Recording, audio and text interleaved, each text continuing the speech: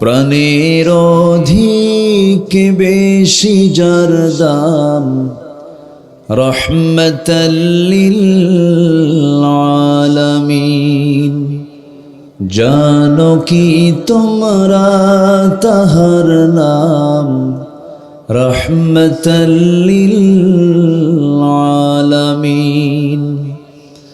অসহায়ের বুকে যে জন গোপনে করে সওয়ার, দুরুদ পড়ে সুবহে ও শাম, রহমতাল লিল আলামিন। গরিবের আহার দিতেন নিজে হয়ে রোজাদার, নিয়মর ভালোবাসার খাম, রহমতাল লিল আলামিন। তার পথে যে বিছিয়ে দিত টুকরো কাটা স্তূপ করে, তাকেও দিলেন প্রেম মুজাসসাম, রহমতাল লিল আলামিন। জানো কি তোমরা তাহার নাম, রহমতাল লিল আলামিন। প্রাণের অধিক বেশি যার দাম, রহমতাল লিল আলামিন। আল্লাহুম্মা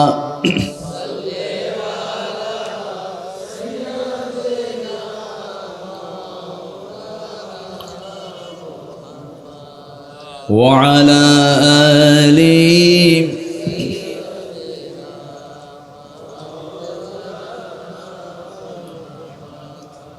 সবাই বলুন বালাগাল উলা বিকামালিহি, হাসুনাত জামিউ খিসালিহি, সিরাজুল মিল্লাত তুমহি, ফখরে দো আলম, দিলবারে মৌলা হো। শরীফুল আম্বিয়া নসখা, কুল আদিয়ান দেগর হো। বলগল উলা বিকমালিহি, কশাফত তুজা বিজমালিহি, حسنت جميع خصاله صلوا। দূরে কাছের বিভিন্ন স্থান থেকে ছুটে আসা কালেমার ঝান্ডাবাহী, তাওহীদের পতাকাবাহী, দ্বীন ইসলামের নরশারদুল বীর মুজাহিদ, প্রাণ প্রিয় সম্মানিত দ্বীনি ভাইরা, আড়ালে বসে আছেন শ্রদ্ধেয়া সম্মানিতা মা বোনেরা।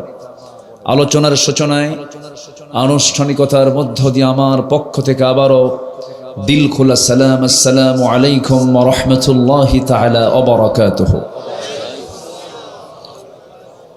সবাই কেমন আছেন? আমাকেও প্রশ্ন করে ফেলেছেন।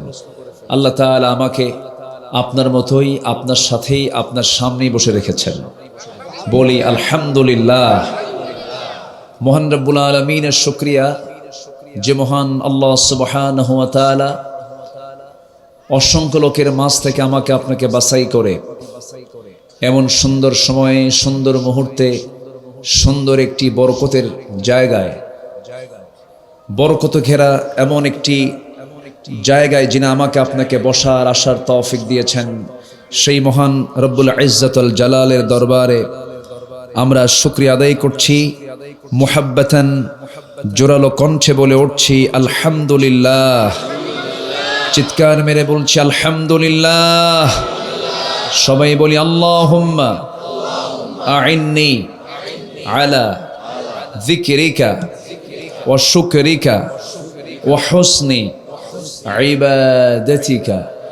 সবাই বলি আল্লাহুম্মা লাকা আসলামতু ওয়া বিকা আমানতু ওয়া আলাইকা তাওয়াক্কালতু ওয়া ইলাইকা আনাবতু ওয়া বিকা খাসামতু। আমরা আল্লাহ তাআলার শুকর আদায় করে নিলাম। সম্মানিত হাজিরিন, আমার পূর্বে আমার হেলালি ভাই সুরের মূর্ছনা দিয়ে অনেক সুন্দর সুন্দর কথা তিনি উপস্থাপন করেছেন। আমি শেষ ক্লাসে বসেছি কিছু কথা বলার জন্য। আমাকে শেষ অবধি, শেষ তক, শেষ পর্যন্ত সময় দেওয়া যাবে কি?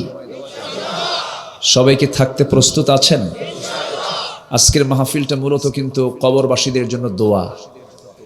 এটাও একটা কাজ আমাদের সামনে কিন্তু পড়ে আছে।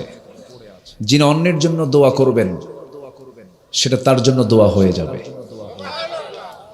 এজন্য আমরা আজকে কবরবাসীর জন্য শেষে দোয়া করব। মাহফিলের পরিপূর্ণ হক আদায় হবে। সবাই থাকতে রাজি আছেন তো ইনশাআল্লাহ? জি। মাহফিলে বসার জায়গা হচ্ছে না, আশেপাশে অনেকে দাঁড়িয়ে আছেন, দূর থেকে তো সেইভাবে দেখা যায় না। অনেকে ঝুলে আছেন, দাঁড়িয়ে আছেন, মাথা উঁচু করে আছেন। যার যে কষ্ট, আল্লাহ তাআলা সবার কষ্টকে আল্লাহ পাক নাজাতের কারণ বানিয়ে দেন। জোরে বলি আল্লাহুম্মা আমিন। সম্মানিত হাজিরিন, আসুন আমরা সোজা আলোচনার দিকে চলে যাচ্ছি। মহান রব্বুল আলামিন কালামে হাকিম আমাকে আপনাকে দিয়েছেন।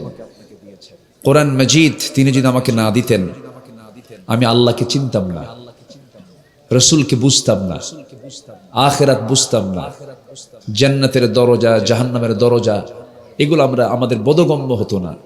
তাহলে আল্লাহর পক্ষ থেকে যত নিয়ামত আল্লাহ পাক আমাকে আপনাকে দিয়েছেন, এর মধ্যে সবচেয়ে শ্রেষ্ঠ নিয়ামত হলো তিনি আমাকে কোরআন দিয়ে ধন্য করেছেন। জোরে বলি সুবহানাল্লাহ। এই মাহফিলের সুবাদে পৃথিবীর বিভিন্ন দেশে আল্লাহ পাক আমাকে যাওয়ার তৌফিক দিয়েছেন। যত সফর করেছি, যত চোখে আমার প্রাকৃতিক এই সৌন্দর্য চোখে পড়েছে, যত সৃষ্টি মখলুক আমি দেখেছি, আকাশ, আকাশের মেঘ, এরপরে সমুদ্র, বনাঞ্চল, পাহাড়, নদী, চোখে যা যা পড়েছে, পৃথিবীতে যা দেখেছি, যতটুকু আশ্চর্য হয়েছি, আমার এই ভাঙ্গাচূড়া স্টাডিতে আমার কাছে কোরআন মনে হয় শুধু আশ্চর্য নয়, অত্যাশ্চর্য একটি কিতাবের নাম। জোরে বলি সুবহানাল্লাহ। আল্লাহ যেন সব কিছু এর মধ্যে জমা করে দিয়েছেন। আপনি পৃথিবীর সব সৃষ্টি দেখে আপনি অবাক হবেন আর আশ্চর্য হবেন। আর কোরআন যদি ভালো করে আমরা বুঝতে পারি, আমরা শুধু আশ্চর্য নয়, মহাশ্চর্য হব, অত্যাশ্চর্য হয়ে যাব। কিন্তু দুঃখজনক হলেও সত্য, মুসলমান কোরআন স্টাডি করবে কখন? কোরআন তো পড়তেই পারে না, কোরআনটা বোঝেই না, জানেই না, জানার চেষ্টাও করে না। আল্লাহ পাক এক জায়গায় একটু ধাক্কা মেরে বলেছেন। কি বলেছেন? আল্লাহ রাব্বুল আলামিন বলেন, আফালা ইয়াতাদাব্বারুনাল কুরআন আম আলা কুলুবিন আকফালুহা। মানুষের কি হলো? কোরআন নিয়ে তারা গবেষণা করে না। তাদেরকে দিল কি তালাবদ্ধ হলো নাকি? দিল কি তালা মারা হয়েছে নাকি? কেন তারা কোরআনটাকে নিয়ে গবেষণা করে না? কোরআনের পরিপূর্ণ হক যদি কোনো বান্দা আদায় করতে চায়, নাম্বার 1 হলো কিরাআত, সুন্দর করে এটাকে পড়তে হবে। নাম্বার 2 হলো তিলাওয়াত, সুন্দর করে অর্থ বুঝে বুঝে কোরআনটা সুন্দর করে পড়তে হবে, আস্তে করে পড়তে হবে, ধীরে ধীরে পড়তে হবে। ওয়ারাতিলিল কুরআনা তারতিলা। প্রথম হলো কিরাআত, ইকরা বিসমি রাব্বিকাল্লাযী খালাক। নাম্বার 3 হলো দিরাসাত, অনুশীলন করতে হবে। নাম্বার 4 হলো তাদাব্বুর, গবেষণা করতে হবে। যতটুকু জানলাম, বুঝলাম, পড়লাম, গবেষণা করলাম, এই কোরআনটাকে ব্যক্তিগত জীবন থেকে শুরু করে নিয়ে সামাজিক জীবনে, রাষ্ট্র জীবনে কোরআনটাকে প্রতিষ্ঠিত করতে হবে। কিন্তু কোরআনটা তো পড়তেই পারি না আমরা। 54 বছর মিনিস্ট্রি অফ এডুকেশন ছিল, 71 দেশ স্বাধীন, 2025-এর আজকে 4 ডিসেম্বর চলে।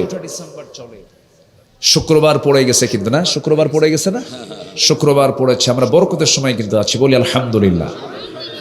এই 54 বছরে শিক্ষা মন্ত্রণালয় ছিল,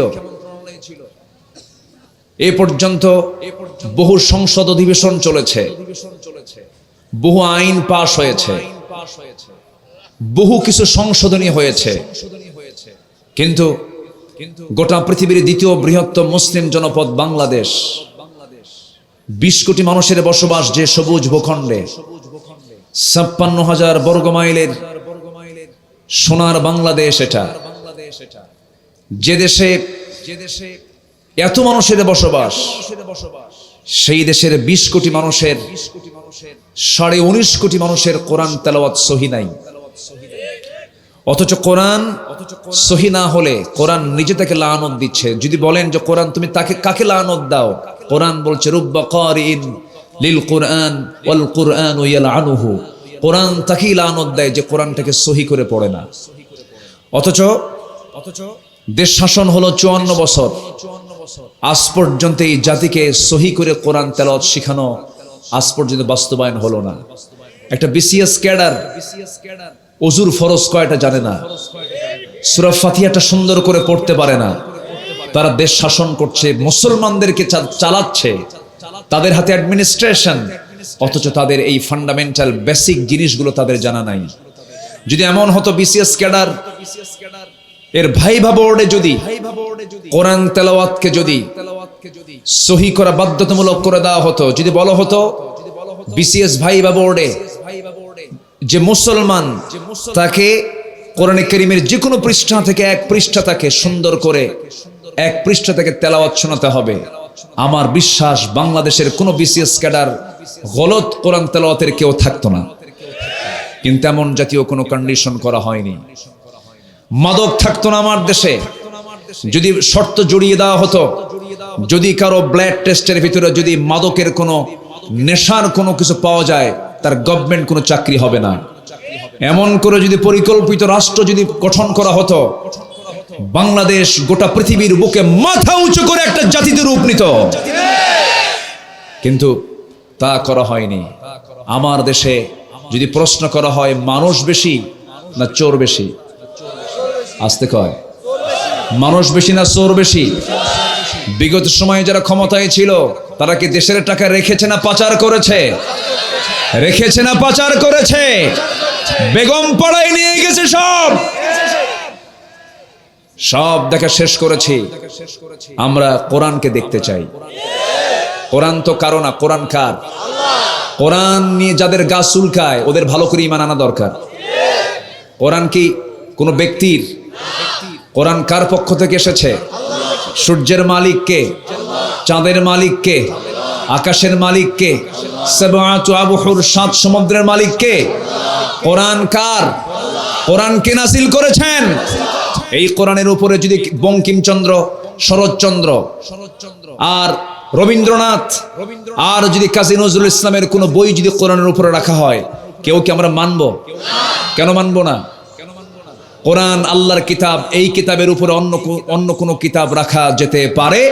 এটা মানান না বেমানান? যেমন কোরআনের উপরে কাগজের বই, যেমন কাগজের কোরআনের উপরে যেমন কাগজের কোনো বই বেমানান, কোরআনের আইনের উপরে কোন আইন কোনদিন মানানসই হতে পারে না। সোজা কথা। আমরা এই দেশে কোরআনটাকে আইন হিসাবে নিচে রেখে মানুষের আইনকে উপরে রেখে দিয়েছি। এটা ইমানদারের কাজ হতে পারে না। ইমানদার কি করবে? সকল দ্বীনের উপরে আল্লাহর দ্বীনকে বিজয়ী করবে। যদি কোরআনকে প্রশ্ন করা হয়, কোরআন বলো রাসূল কেন এসেছিলেন দুনিয়াতে?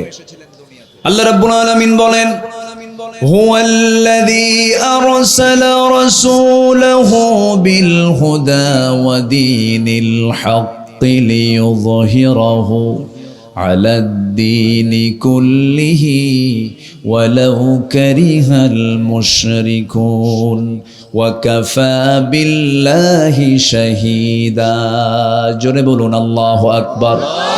তিনি সেই মহান প্রভু যিনি তার রাসূলকে দ্বীনে হক দিয়ে সত্য দিন দিয়ে দুনিয়াতে পাঠিয়েছেন যেন তিনি কি করতে পারেন, সকল দ্বীনের উপরে আল্লাহর দ্বীনকে যেন, সকল আইনের উপর আল্লাহর আইনকে যেন তিনি বিজয়ী করতে পারেন। জোরে কোন সুবহানাল্লাহ।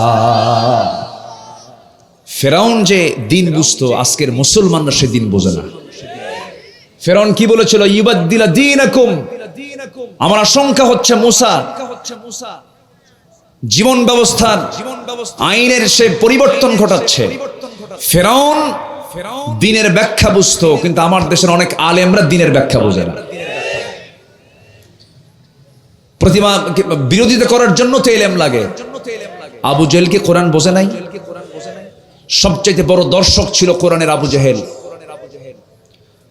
আমার নবীজি গোটা রাত ধরে কোরআন তেলাওয়াত করতেন, আর আবু জেহেল গোটা রাত ধরে দাঁড়ায়া দাঁড়ায়া তার বাড়ির কোনায় দাঁড়ায়া দাঁড়ায়া কোরআন শুনতেন। কোরআন সম্পর্কে যখন আবু জেহেলের পরিপূর্ণ ধারণা চলে আসছে, তখন বুঝতে পারছে না মুহাম্মদকে পরাজিত করা সম্ভব না, এখনই ওকে ধরে ফেলতে হবে।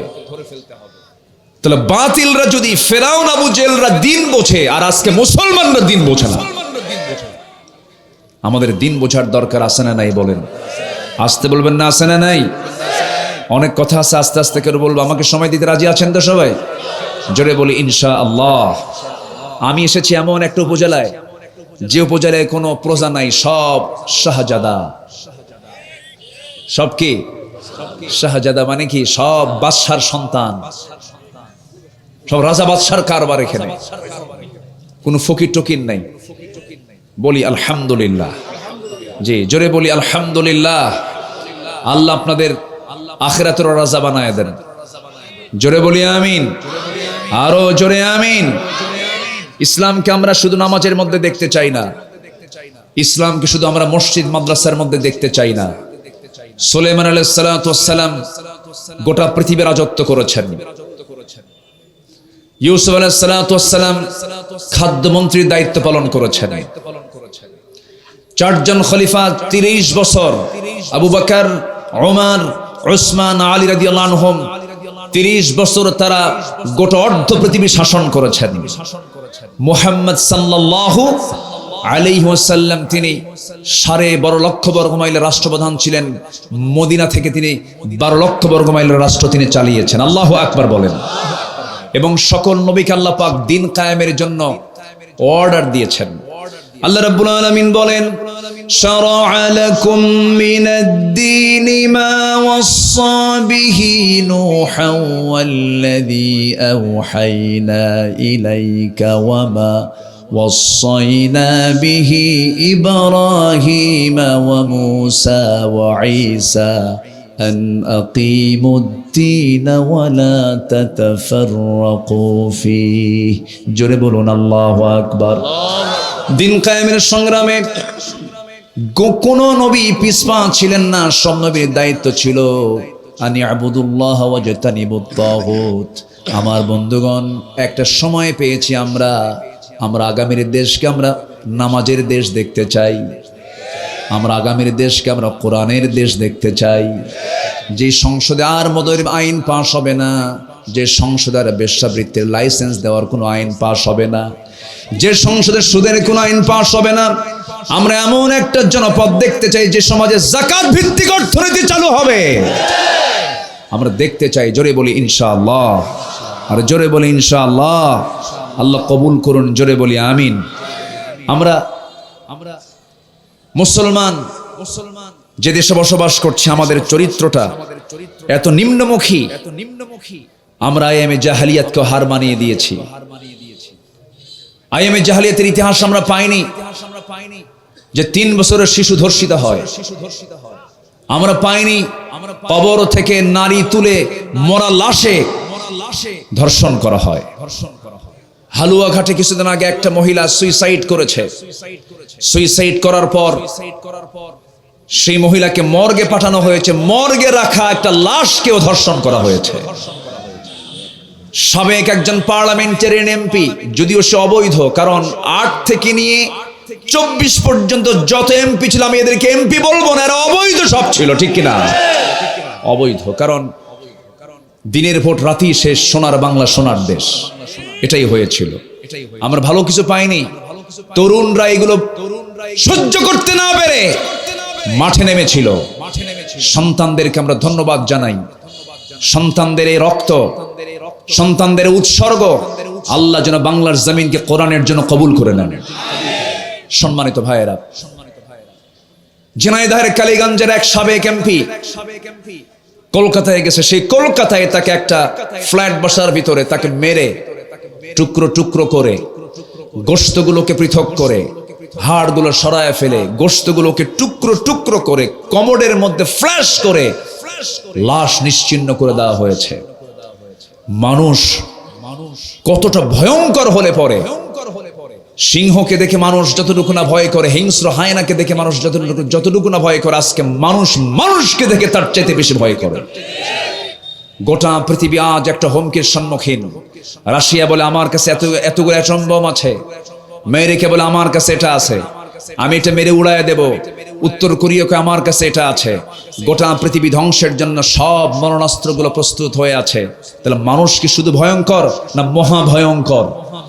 মানুষ ভালো হবে পৃথিবীর কোনো তন্ত্রমন্ত্র দিয়ে নয়, মানুষ ভালো হবে একমাত্র কার বিধান দিয়ে?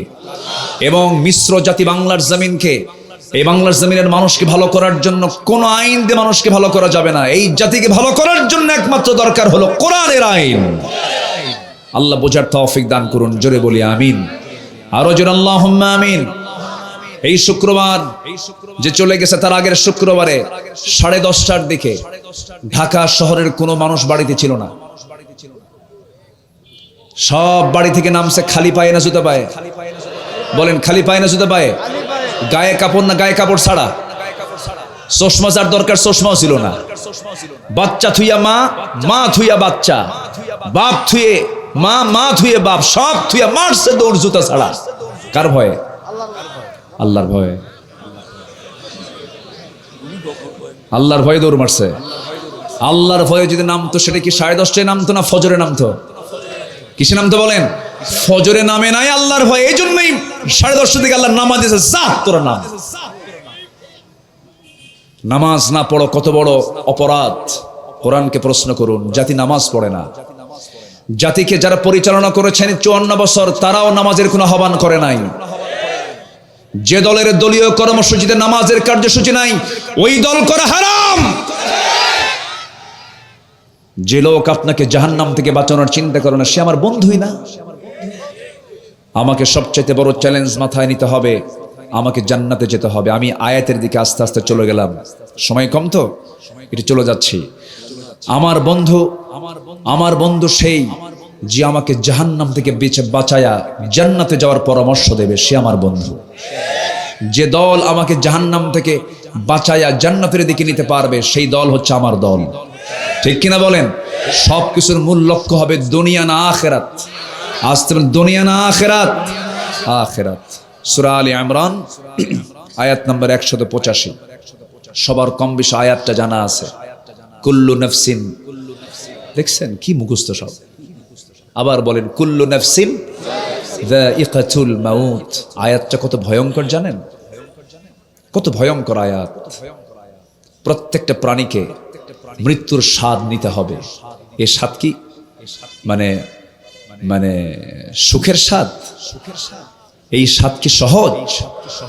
তাহলে আল্লাহ পাক কিন্তু স্বাদের কথাই বলেছেন, কুল্লু নাফসিন যায়িকাতুল মাউত। প্রত্যেকটা মানুষকে মৃত্যুর স্বাদ নিতে হবে। এরপরেই আল্লাহ রাব্বুল আলামিন আবার বলছেন, তোমাদেরকে কিয়ামত দিবসে আমি তোমাদেরকে হাজির করব। এরপর আল্লাহ রাব্বুল আলামিন বলছেন, সফল কে হতে পারে, সফলতার শর্তগুলো কি? আজকে আমরা এই সাবজেক্টের উপরে কিছু কথা বলবো। সফল কে এবং সফলতার শর্তগুলো কি কি, সফল হব আমরা, কি কি শর্ত পূরণ করলে আমরা সফল হতে পারি, এই বিষয়ে আজকে 9টি পয়েন্টে কিছু কথা আমি বলতে চাচ্ছি।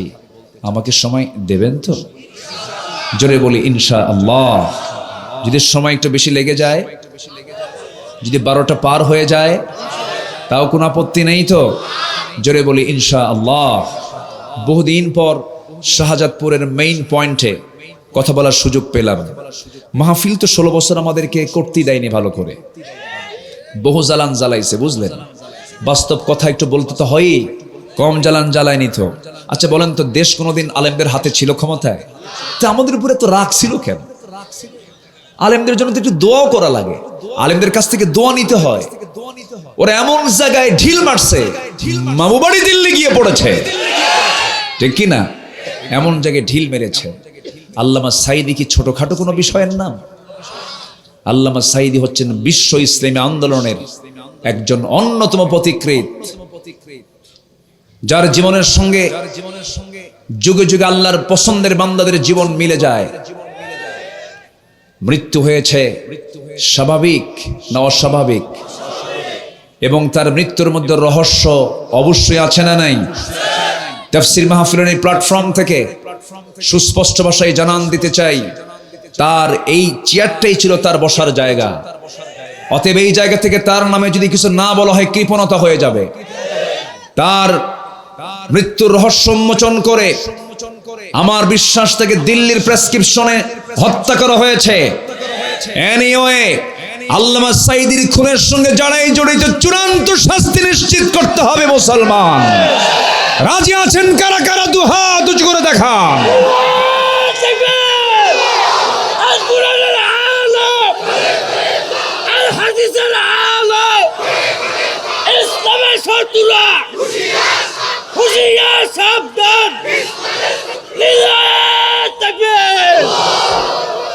আল্লাহ কবুল করুন, জোরে বলে আমিন।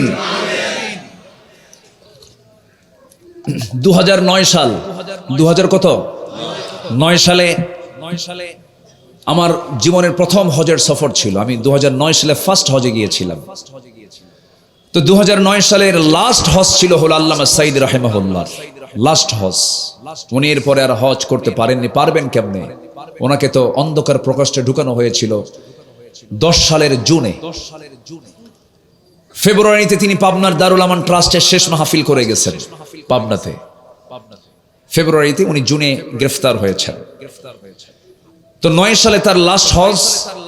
সে হজের সফরে আমরা সবাই মিলে বললাম, হুজুর টিপাই মুখে বাঁধের আন্দোলন চলছে,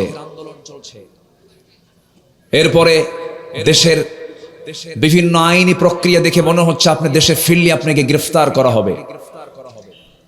যেহেতু সৌদি রয়্যাল গেস্ট হয়ে আপনি হজ করতে এসেছেন, আপনি সৌদির কাছে যদি নাগরিকত্ব চান আপনি পাবেন, আপনি দেশে থেকে যান। আল্লামা সাঈদী রাহিমাহুল্লাহ মুস্কি হাসি মেরে জবাব দিয়েছিলেন, দেশের জনগণ আমাকে খুব ভালোবাসে। আমি নির্দিষ্ট একজন দলের দলীয় নেতা। আমার কর্মীকে দেশে বিপদে রেখে যে নেতা পালায়া থাকবে, সে পালানোর কাতারে সাঈদী থাকতে পারে না। সাঈদী পালায়া থাকার মানুষ না। ফিরেছেন দেশে ভয়ে না বীরের বেশে?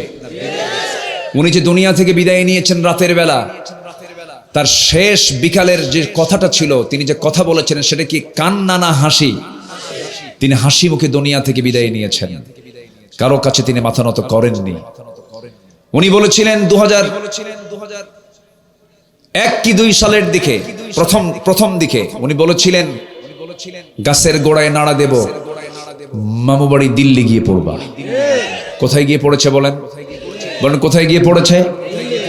দিল্লি গিয়ে পড়েছে। উনি যে আল্লাহওয়ালা মানুষ, আল্লাহ পাক তার কথাকে বাস্তবে রূপ দিয়ে দিয়েছেন। পার্শ্বে কলকাতা ছিল কিনা বলেন?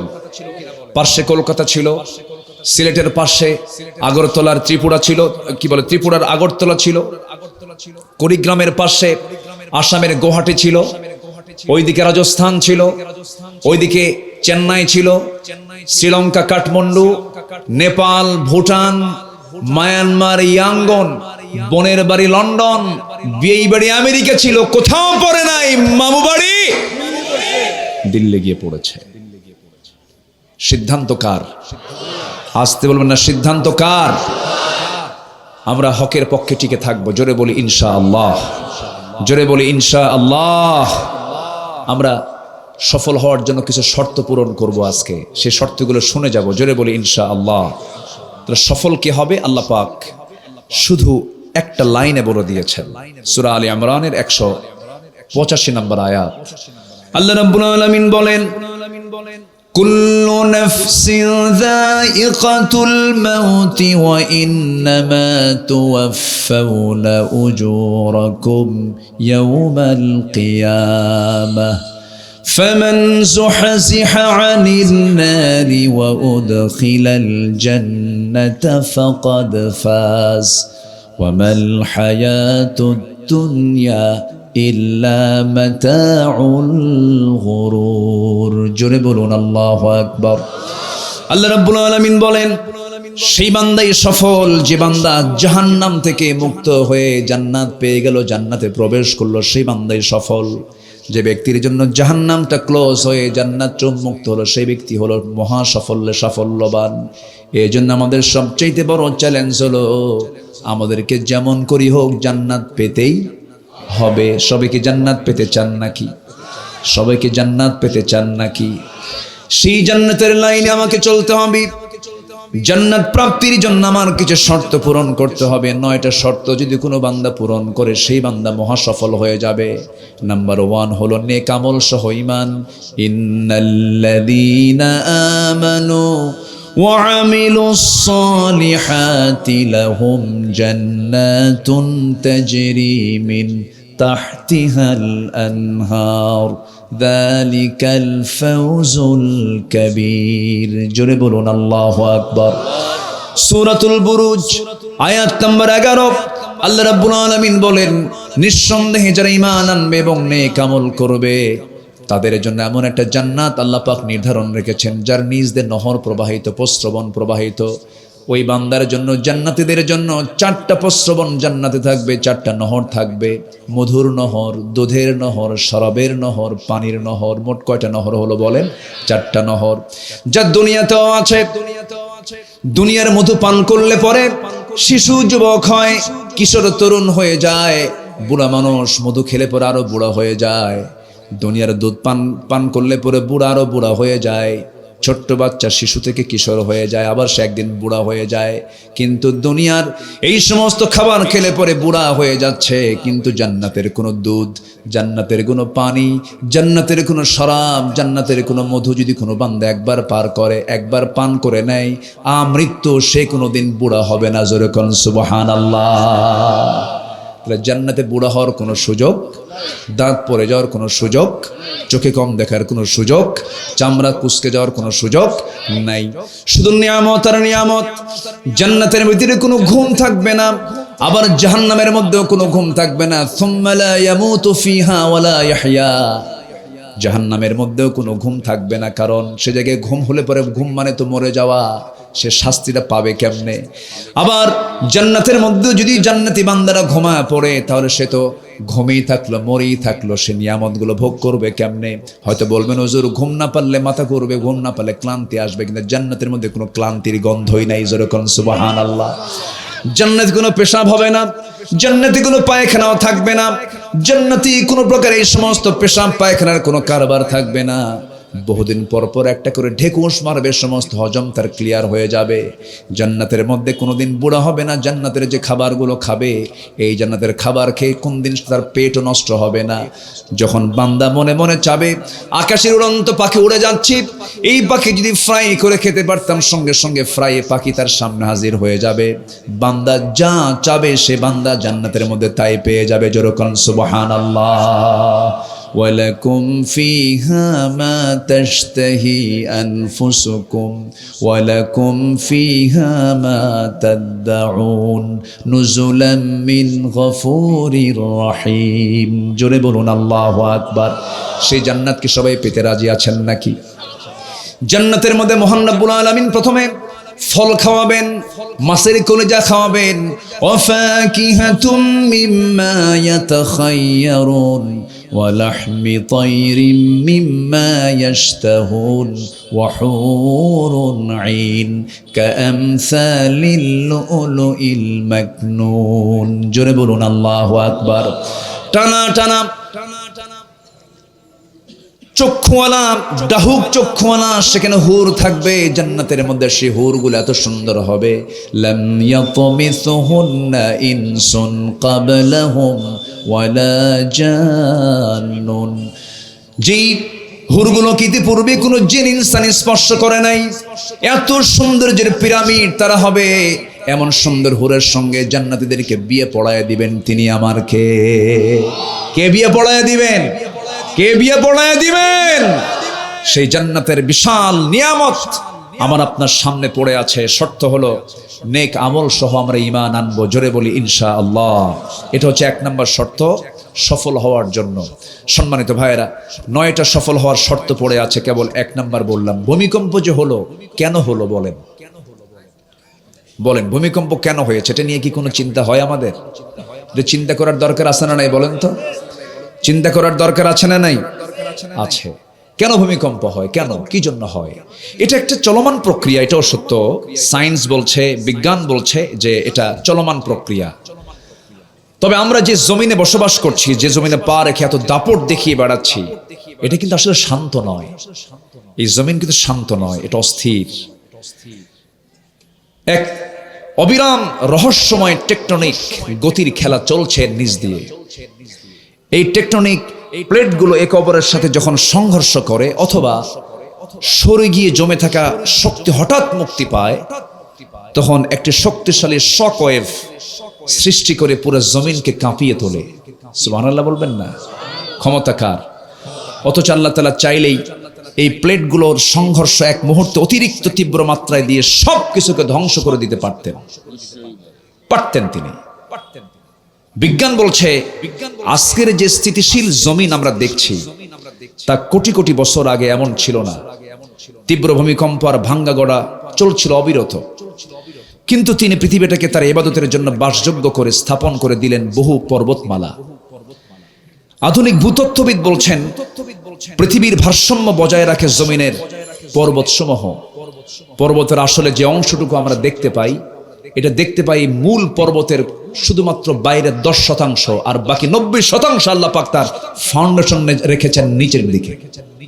কেউ তো সুবহানাল্লাহ বললেন না। যেরকম সুবহানাল্লাহ। কেন এত বড় করেছেন পর্বতগুলোকে, হিমালয়কে? কেন বড় এই সমস্ত পর্বতগুলোকে ঘন ঘন কেন দিয়েছেন? এত ফাউন্ডেশন মজবুত কেন করে দিয়েছেন? যেন পৃথিবীটা আন্দোলিত না হয়। এটা বিজ্ঞান বলছে। আর 1500 বছর আগে আল্লাহ রাব্বুল আলামিন কি বলছেন দেখেন। আল্লাহ রাব্বুল আলামিন বলেন وَأَلْقَى فِي الْأَرْضِ رَوَاسِيَ أَن تَمِيدَ بِكُمْ وَأَنْهَارًا وَسُبُلًا لَعَلَّكُمْ تَهْتَدُونَ। জোরে বলুন আল্লাহু আকবার।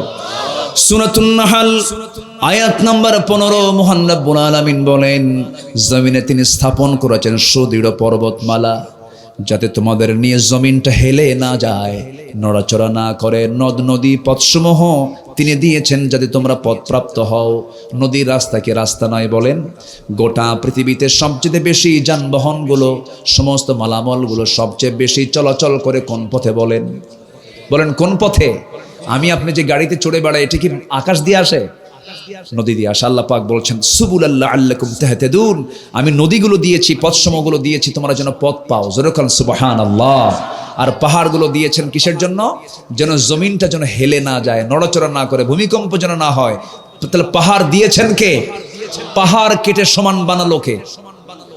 আল্লাহ বানাইছে। দেখেন, পাহাড় কেটে সমান বানাইছে আল্লাহ।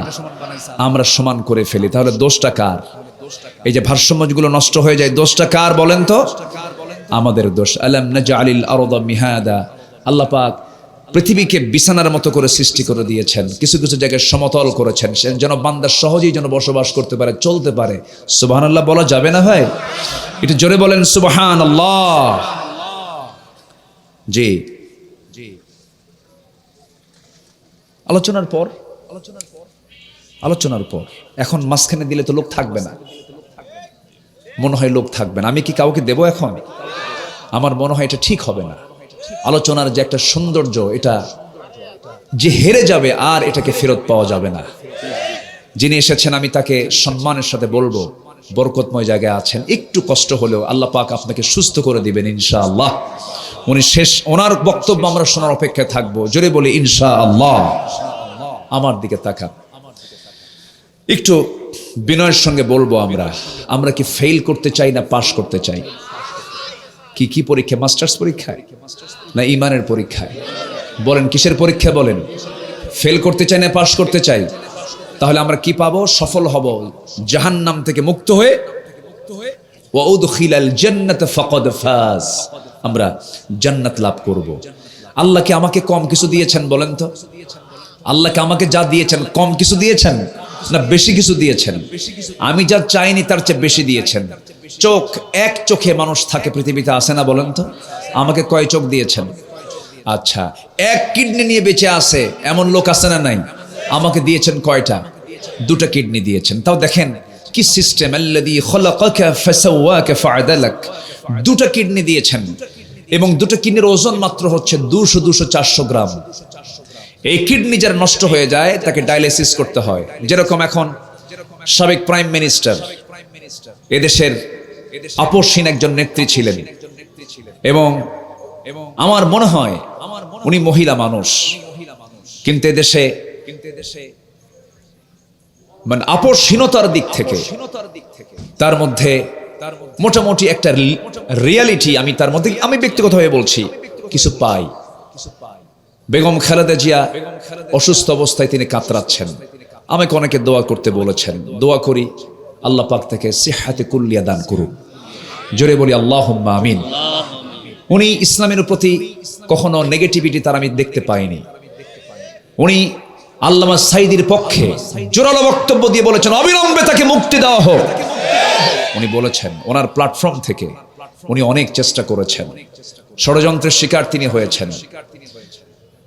বলা চলে তার গোটা জীবন, কম বয়সে স্বামী হারিয়েছেন, আবার বিপদের মুহূর্তে ছেলে হারিয়েছেন। বলা চলে পরিবারটাই একটা মানে মহা পরীক্ষার মধ্যে পড়েছিল। এই বিশাল বড় ত্যাগ তারা আছে, তিনি দেশ শাসন করেছেন। তো যেটাই হোক, আমরা নৈতিকতার দিক থেকে, মানবিকতার দিক থেকে আমরা তার জন্য দোয়া করি, আল্লাহ তুমি তাকে সুস্থ অবস্থায় ফিরে আনো। জোরে বলি আমিন। সম্মানিত ভাইয়েরা, সম্মানিত বন্ধুগণ, তার কিডনি ফেল মেরেছে। এই যে ডায়ালিসিস করতে হয়, দেখেন কথা থেকে কোথায় চলে গেলাম। এই ডায়ালিসিস মেশিনটার ওজন হচ্ছে 100 কেজি। কত কেজি বলেন তো? 100 কেজি ওজনের একটা মেশিন যে কাজ করে।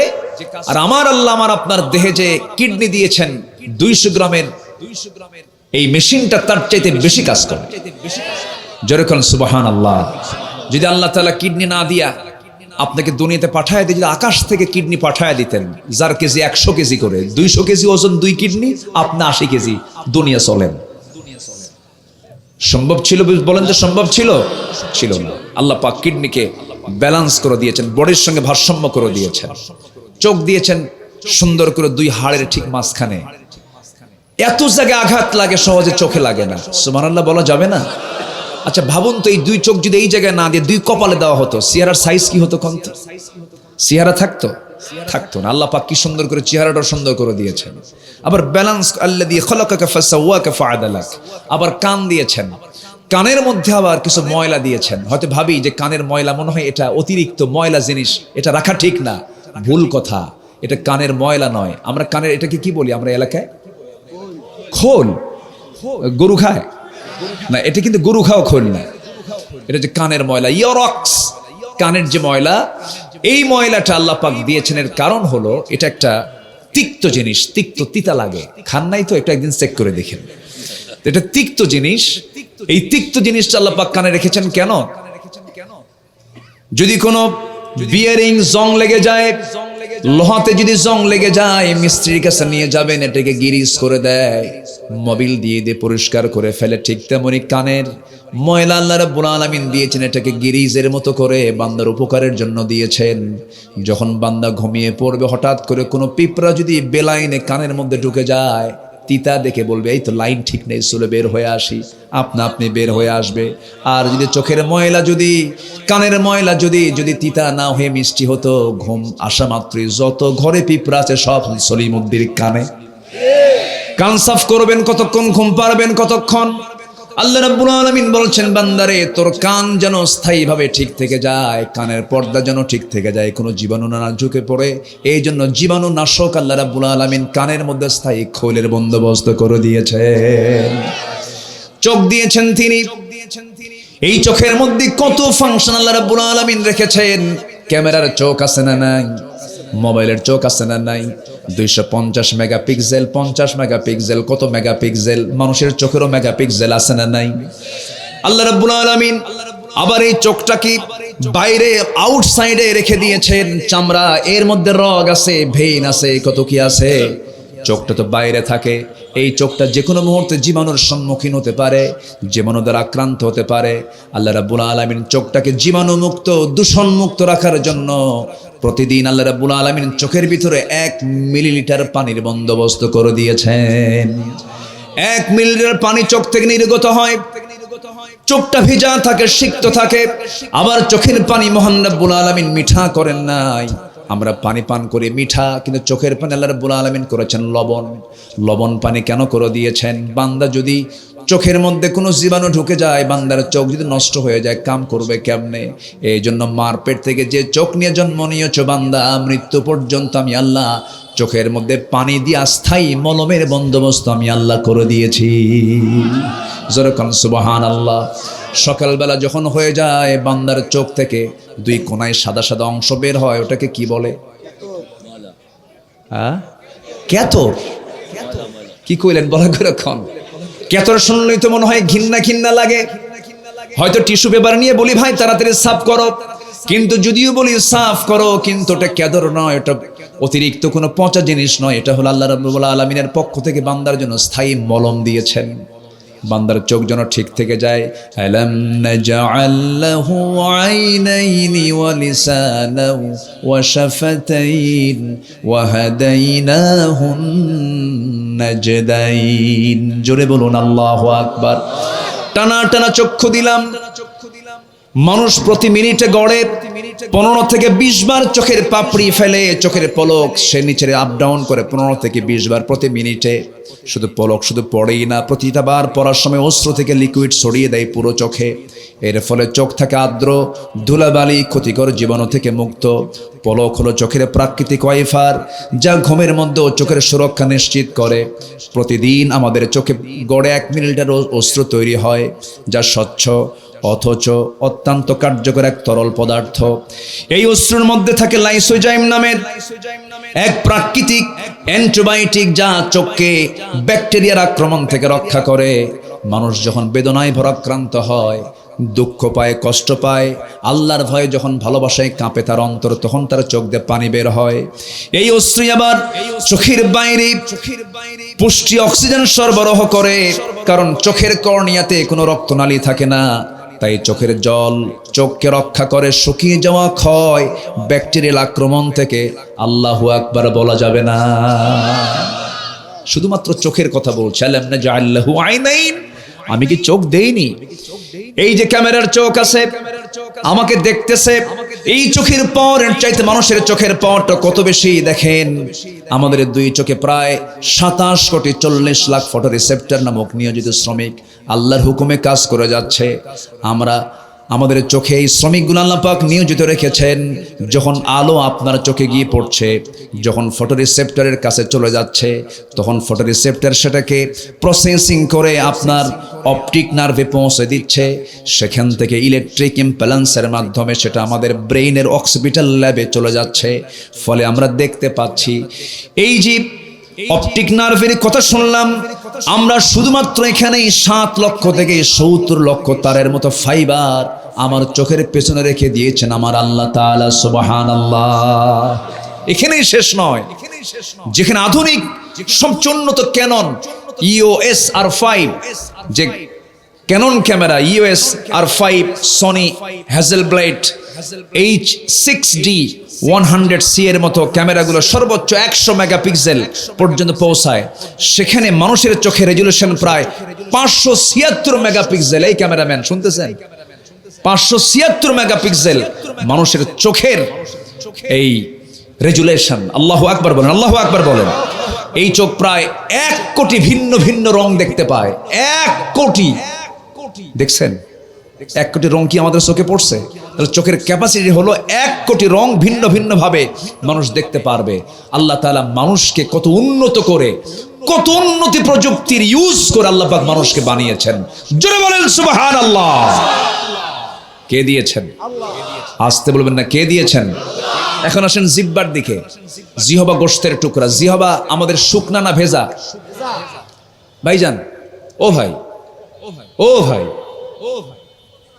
বসেন বসেন বসে বসে বসে পড়ে।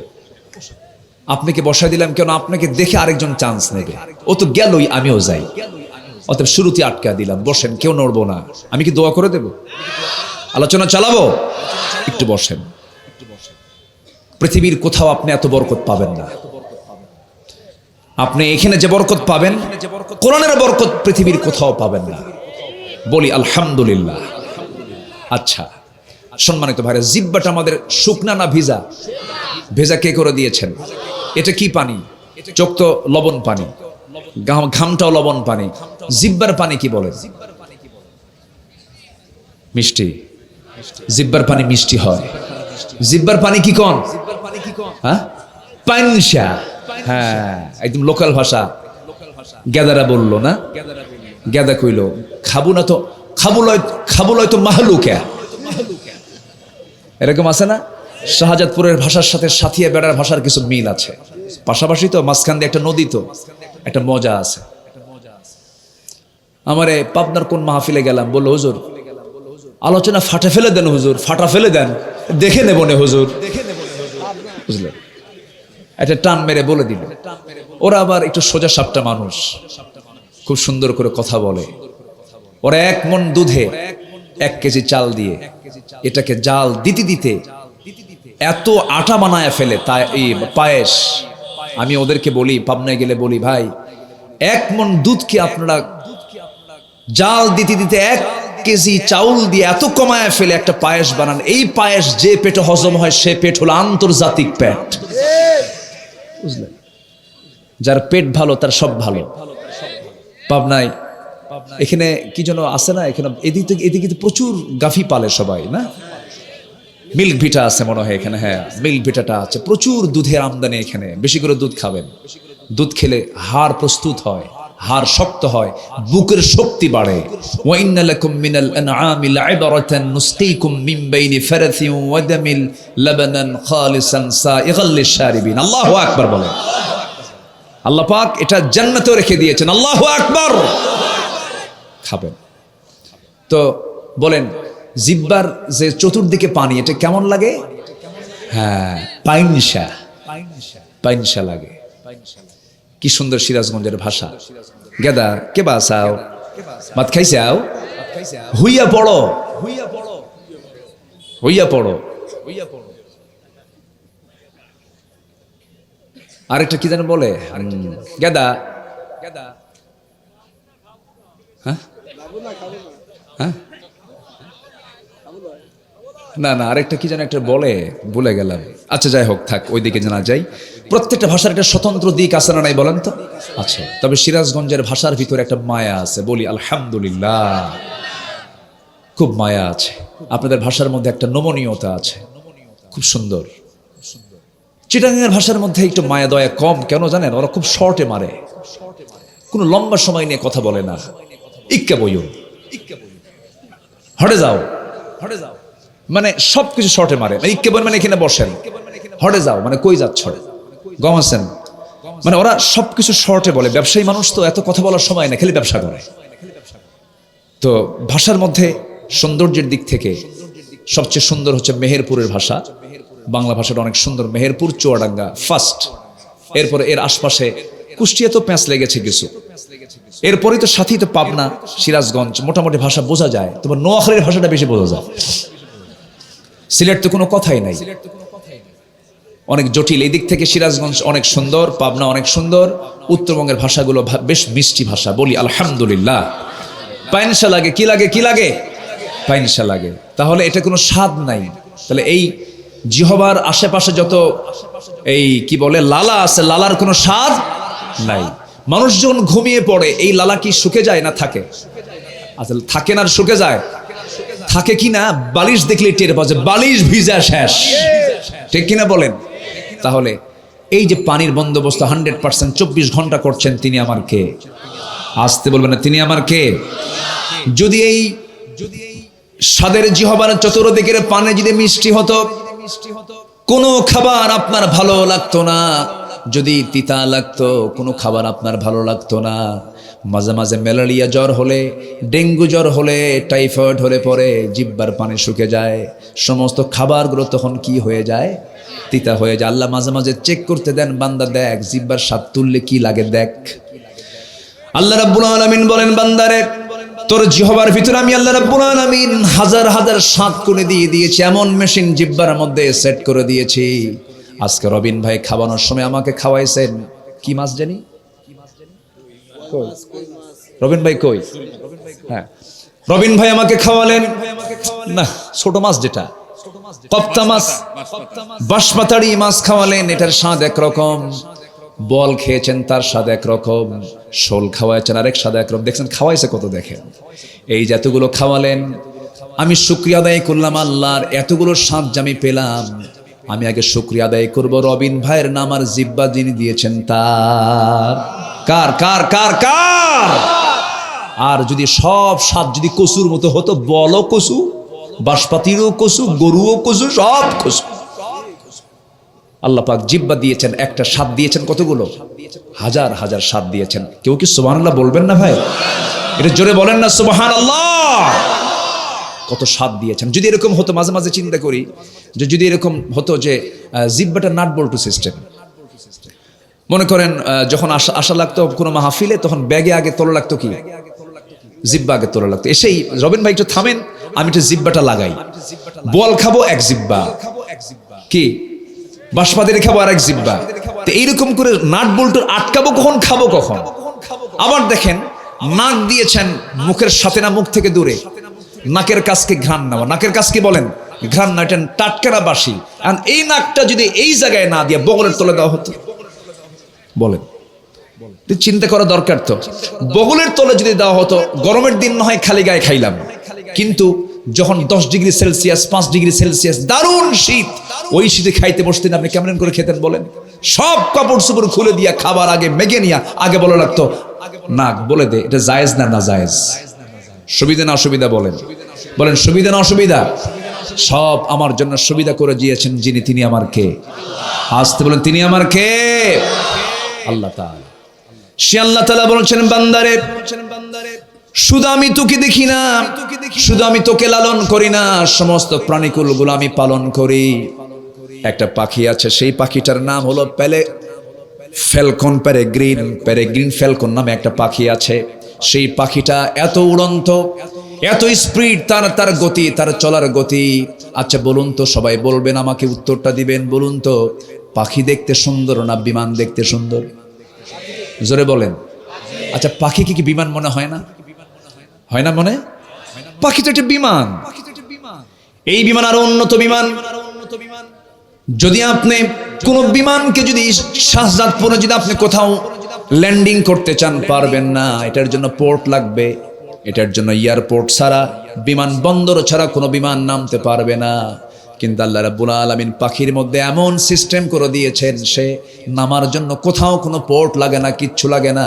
আমার আপনার ঘরের ভেন্টিলেটরের মধ্যে সে তার বাসা বানায় থাকতে পারে। জোরে কোন সুবহানাল্লাহ। কোনো জ্বালানিও লাগে না, কোনো মেশিন লাগে না, কোনো পাইলটও লাগে না, ও নিজেই পাইলট। মাত্র একটা মোটর দানার মতো ছোট্ট একটা মাথার ভিতরে ছোট্ট একটা ব্রেন দিয়ে সে গোটা দুনিয়া ঘুরছে। সুবহানাল্লাহ বলেন। আবার সে যখন তার বাসাটা বানায়, কি ভিআইপি বাসা, কিসের ডাক বাংলো আর কিসের আপনার সুন্দর বাসা। বাবুই পাখি যে বাসাটা বানায়, ওই রকম বাসা গোটা পৃথিবীর সব ইঞ্জিনিয়ার এক জায়গায় হলেও একটা বাবুই পাখির বাসা কি বানাতে পারবে? কে দিয়েছেন? আবার কামাসালিল আনকাবুত, মাকড়সা নামে একটা সূরা আছে। মাকড়সা যে কয়েক মিনিটের ভিতরে যে বাসাটা বানায়, খালি একটা চক্কর মারে, কি তার জ্যামিতিক, কি তার মানে সুন্দর করে, তার মানে সরল রেখা, এত সুন্দর করে বাসা বানায়। সুবহানাল্লাহ বলা যাবে না ভাই? ওই ছোট্ট মাথার মধ্যে এই ব্রেন কে দিয়েছেন? এই ইঞ্জিনিয়ারিং প্ল্যান কে দিয়েছেন? বাবুই পাখির বাসা কি সুন্দর করে প্রস্তুত করো। ওর মধ্যে আবার ড্রয়িং রুম আছে, বেডরুম আছে, কমন রুম আছে। কমন রুমে ডিম টিম বাচ্চা কাচ্চা থাকে, বেডরুমে বাবুই পাখি তার বউ নিয়ে শুয়ে থাকে, আর ড্রয়িং রুমে সোফা সেট থাকে। যখন কোনো বাইরের অতিথি চলে আসে তখন সালাম দিয়ে ঠোঁটের সঙ্গে ঠোঁট মিলাই দিয়ে বলো, বন্ধু আসছো বেড়াতে, সামনে ড্রয়িং রুমে বসো, ভিতরে যাওয়া যাবে না, অন্দরমহল বউ শুয়ে আছে। সুবহানাল্লাহ বলবেন না? ওদের মধ্যে ইসলাম মানা আছে, ওদের মধ্যে শরিয়া আছে, কিন্তু মানুষের মধ্যে ইসলাম নাই। ঠিক কিনা বলেন? নিজের সুন্দরী বউকে পরপুরুষকে দেখাতে খুব পছন্দ করে, এমন কিছু বদমাইশ লম্পট চরিত্রের কিছু পুরুষ আছে না নাই? বউকে ডিসপ্লে করে স্টেজে, বউকে ডিসপ্লে করে গোটা দুনিয়া দেখায়, সুন্দরভাবে সাজায় নিয়ে লাল শাড়ি, লাল লিপস্টিক আর চুল ছেড়ে দিয়া R15 হোন্ডার পিছনে তোলে। R15 হোন্ডার ড্রাইভিং সিট হলো আন্ডারগ্রাউন্ড, আর প্যাসেঞ্জার সিট হলো 3 তালা। ওই 3 তালার উপরে বউরে উঠায় দেয়, আর একটা ঝাঁঝালো একটা সেন্ট লাগায় দেয়। আর মোটরসাইকেলের দোকানের মোটরসাইকেলের যে মেকার, সে মেকারকে গিয়ে বলে, এই মেকার, এই হুন্ডার পাইপ খুলে দাও, সিলিন্ডারের পাইপ খুলে দাও, যেন আওয়াজ যেন ফাটাফাটি হয়, ভটভট আওয়াজ হয়। বউকে পিছনে থুইয়া দিল একখান টান শাহজাদপুর থেকে সোজা একদম সিরাজগঞ্জ রোড পর্যন্ত, জাতিকে বুঝায় দিল জাতীয় সম্পদ নিয়ে যাচ্ছে। যখন নাউজুবিল্লাহ, যখন নাউজুবিল্লাহ। এই সমস্ত লম্পট মার্কা চরিত্রের কিছু মানুষ আছে না নাই? অথচ বাবুই পাখি সেও ইসলাম মেনে চলে। যেরকম সুবহানাল্লাহ। সেই পাখিটার ঠোঁটে আছে লা ইলাহা ইল্লাল্লাহ, সেই পাখির ঠোঁটে আছে লা ইলাহা ইল্লাল্লাহ। একটা পাখি আছে পেরেগ্রিন ফ্যালকন পাখি, যাকে রকেট বার্ড বলা যায়। একটা চিতাবাঘের দূরত্ব হচ্ছে প্রতি আওয়ার 1 ঘন্টা 112 কিলোমিটার। সেখানে পেরেগ্রিন ফ্যালকন সে 1 ঘন্টায় আকাশে ওড়ে হলো 1 ঘন্টায় 400 কিলোমিটার। একটু জোরে বলা যাবে না সুবহানাল্লাহ? এখন প্রশ্ন আসে যে এত গতিতে সে যায়, তার তো লাঞ্চ ফেটে মরে যাওয়ার কথা, লাঞ্চ ফাটে না কেন? তার লাঞ্চ ঠিক থাকে কেন? গবেষণায় দেখা গেছে ওই রকেট বার্ডের নাকের ঠিক মানে সোজা বরাবর একটা হাড়ের ট্যাপ লাগানো আছে। সেই ট্যাপ লাগিয়ে রেখেছে, যখন প্রচন্ড বাতাস আসে ওই ট্যাপে এসে আগে বাতাসটা ধাক্কা খায়, ধাক্কাকেই গতি কমায়া আস্তে করে লাঞ্চের মধ্যে বাতাসটা ঢুকে যায়, তার লাঞ্চ ফাটে না, লাঞ্চটা ঠিক থেকে যায়। ঠিক এই হাড়ের ট্যাপের এই ডিজাইনটা আজকের সমস্ত বিমানগুলোর মধ্যে এই একই প্রযুক্তি ব্যবহার করা হয়েছে। যেরকম সুবহানাল্লাহ। তাহলে বিমানের সকল প্রযুক্তি নিয়েছে কিসের থেকে বলেন? পাখি থেকে। যেরকম সুবহানাল্লাহ, যেরকম সুবহানাল্লাহ। পাখি কার? আসতে বলবেন না, পাখি কার? আল্লাহ, আল্লাহ রাব্বুল আলামিন। সেই পাখিগুলোর জিকির কেমন? আল্লাহ রাব্বুল আলামিন বলেন, আলাম তারা আন্নাল্লাহা ইউসাব্বিহু লাহু মান ফিস সামাওয়াতি ওয়াল আরদি ওয়াত তায়রি সাফাত কুল্লু কদ আলিমা সালাতাহু ওয়া তাসবিহাহু ওয়াল্লাহু আলিমুম বিমা ইয়াফআলুন। জোরে বলুন আল্লাহু আকবার। সূরা নূর আয়াত নাম্বার 41। যত প্রাণী আছে সমস্ত পাখিগুলো আল্লাহর জিকির করছে। আমার বন্ধুগণ, আমার দেশে কিছু পরিযায়ী পাখি আসে, অতিথি পাখি আসে বাহির থেকে, সাইবেরিয়ান দ্বীপপুঞ্জ থেকে, সাইপ্রাস থেকে। 40,000 কিলোমিটার দূর থেকে যে পাখি আসলো, তার কি পাসপোর্ট আছে নাকি? ইমিগ্রেশন আছে নাকি?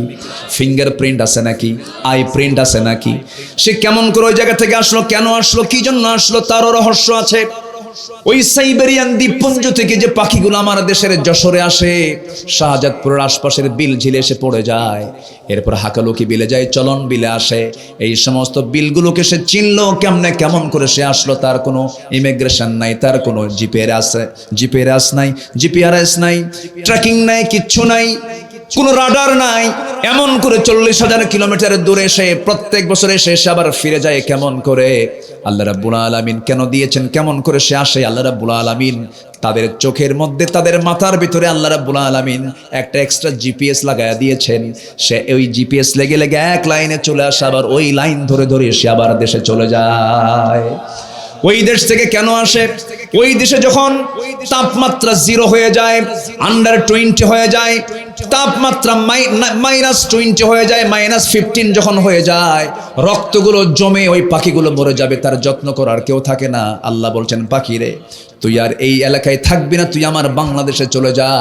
হাকালো কি বিলে চলে যা, চলন বিলে চলে যা, ওই সমস্ত বিলঝিলের খাবারগুলো খেয়ে তুই আবার চলে আসবি, আমি তোকে লাইন দেখায় দিলাম, জিপিএস লাগায় দিলাম। আমার বন্ধুগণ, এই প্রাণীর ভিতরে আল্লাহ রাব্বুল আলামিন একটা চম্বক দিয়েছেন, এই চম্বকটা দিয়েছেন একমাত্র অবদান কার অবদান? আসতে বলবেন না, কার অবদান? তাহলে শুধু আল্লাহকে, শুধু মানুষকে চালান না, সবাইকে চালান। সবাইকে চালান কে? আচ্ছা, সবাইকে চালান কে বলেন? একটা প্রাণীর কামড় খেয়ে মানুষ মারা যায় আমার দেশে, ডেঙ্গু মশা। ডেঙ্গু বলেন কি হয়, কি জ্বর হয়? এই মশার নাম কি বলেন? এডিস মশা। এই মশা কি অনেক বড় না অনেক ছোট? ছোট্ট একটা মশা, ছোট্ট একটা প্রাণী। আমার বন্ধুগণ, মানুষ মশাকে ভয় করে না, মশা মানুষকে ভয় করে। বলেন বলেন বলেন, এখন বলেন। মশারি টাঙ্গায় কে? কার ভয়ে? বলেন কার ভয়ে? ছোট্ট একটা প্রাণী মশা। আল্লাহ রাব্বুল আলামিন সূরা বাকারার ভিতরে মশার উদাহরণ দিয়েছেন আজ থেকে ১৫০০ বছর আগে। তারা দেখেন অ্যাকশনটা দেখেন, এখন আমরা টের পাচ্ছি। মশার উদাহরণ দিলেন, কাফেররা বলল তোমার আল্লাহর কাম নাই কাজ নাই, মশার উদাহরণ কোরআনে দেওয়া লাগে? কি দরকার ছিল? মাযা আরাদাল্লাহু বিহাদা মাসালা, কি দরকার ছিল? কিন্তু আল্লাহ কেন দিলেন? আল্লাহ রাব্বুল আলামিন এই মশার ভিতরে অনেক শিক্ষণীয় করে দিয়েছেন। অত্যাধুনিক যে প্রযুক্তি, এই প্রযুক্তির সঙ্গে মশার চোখের অনেকটা মিল আছে। মশার চোখ কিন্তু সাধারণ কোনো চোখ নয়, এটা একটা অত্যন্ত জটিল গঠনের কম্পাউন্ড আই, যেখানে শতাধিক ক্ষুদ্র লেন্স একসঙ্গে কাজ করে। এই জন্য সে চতুর্দিকে একসঙ্গে দেখতে পারে। আজকের আধুনিক বিজ্ঞান ঠিক একই টেকনোলজি ব্যবহার করেছে, ব্যবহার করে ডিফেন্স ড্রোন আছে না, ডিফেন্স ড্রোন, এই যে ড্রোন ক্যামেরা দেয়, ডিফেন্স ড্রোন। এরপরে সেলফ ড্রাইভিং কার, রোবোটিক ভিশন সিস্টেমে প্রকৃতির এক ক্ষুদ্র সৃষ্টি হয়ে গেছে। প্রযুক্তির বিশাল অগ্রগতির মূল অনুপ্রেরণা আল্লাহ রাব্বুল আলামিন এই মশার কথা অথচ ১৫০০ বছর আগে বিশ্ববাসীকে জানিয়ে দিয়েছেন। যেরকম সুবহানাল্লাহ। মশা রাতের বেলা গোটা ঘর আপনি নেটিং করেছেন, গোটা ঘর আপনি সুন্দর করে দেখেছেন, একটা মশাও নাই। আপনি শুয়ে পড়েছেন, প্রতি সেকেন্ডে ৪০০ থেকে ৫০০ বার ঝাপটান মারে, তখন এই ভন ভন ভন ভন আওয়াজ হয়। আজ পর্যন্ত পৃথিবীতে মশার দেহে যে মেশিন দেওয়া হয়েছে, এমন উন্নত মেশিন আজ পর্যন্ত পৃথিবীতে আবিষ্কার হয়নি। যেরকম সুবহানাল্লাহ। আচ্ছা, এরপরে আরেকটা বিষয়, সেটা হলো আমরা শরীরে সিরিঞ্জ ঢুকাই না? এই সিরিঞ্জ, আধুনিক একটা সিরিঞ্জ তৈরি হয়েছে, মস্কিটো। আচ্ছা দেখেন তো, বান্দা যে টের পাচ্ছেন, অথচ কত দূরের এই চামড়া ভেদ করে ভিতরের সে রক্ত সে চুষে আনতেছে। কি প্রযুক্তি সে ব্যবহার করেছে বলেন? একটু চিন্তা করতে হবে তো। এই দেহকে ভেদ করে সে সিরিঞ্জ ঢুকাচ্ছে, সে তার সুরটা ঢুকাচ্ছে। বিজ্ঞান বলছে মশার সুরে, মশার যেটা দেশে ঢুকায়, সুরের ভিতরে ৬টা অংশ আছে। ওই চিকন অংশে আবার কয়টা অংশ? ৬টা অংশ আছে। প্রথম ২ অংশ দিয়ে আগে চামড়াটা ফেড়ে ফেলে, চামড়া আগে ফাড়ে, এটা অনুবীক্ষণ যন্ত্র ছাড়া বুঝতে পারবো না আমরা। চামড়াটা ফেড়ে ফেলে, এরপর মাঝখানের ২য় অংশ দিয়ে সে ব্লাড ভেসেল খুঁজে বেড়ায়, খুঁজে বের করে। পঞ্চম অংশ দিয়ে সে করে কি? কেমিক্যাল নিঃসরণ করে। ওই জায়গায়, যে জায়গায় সে অপারেশন করবে তার চতুর্দিকে কেমিক্যাল নিঃসরণ করে, অ্যানেস্থেসিয়া করে, অচেতন করে, ওটাকে মানে যেন টের না পায়, ওটাকে অজ্ঞান করে, অচেতন করে, অ্যানেস্থেসিয়া করে। যারা মেডিকেলের ছাত্র তারা বুঝতেছেন, অ্যানেস্থেসিয়া করে নাই। অ্যানেস্থেসিয়া করার পর ষষ্ঠম অংশ দিয়ে আস্তে করে সে তার কাঙ্ক্ষিত লক্ষ্যে রক্ত শোষণ করার জন্য শেষ অংশটুকু ঢুকায় দিয়া আস্তে করে বের হয়ে আসে, যেন না টের পায়। টের পাইলে কি হবে? মেরে ফেলবে, যেন টের না পায়। এরপর সে বের করে আনার পর ওই যে কেমিক্যাল নিঃসরণ করে অ্যানেস্থেসিয়া করেছিল, এটার অ্যাকশন যেতে মোটামুটি ১৫ থেকে ২০ মিনিট সময় লাগে। ২০ মিনিট পর এই চুলকায় কেন এখানে ফুলে উঠছে? কে নিয়ে গেছে? রক্ত কে নিয়ে গেল? কি কোনো প্যাথোলজিস্ট নিয়ে গেছে? তাহলে মশা কি প্যাথোলজিস্ট? সে কিভাবে এটাকে তুলে নিল? বান্দা টেরই পেল না। সুবহানাল্লাহ বলবেন না?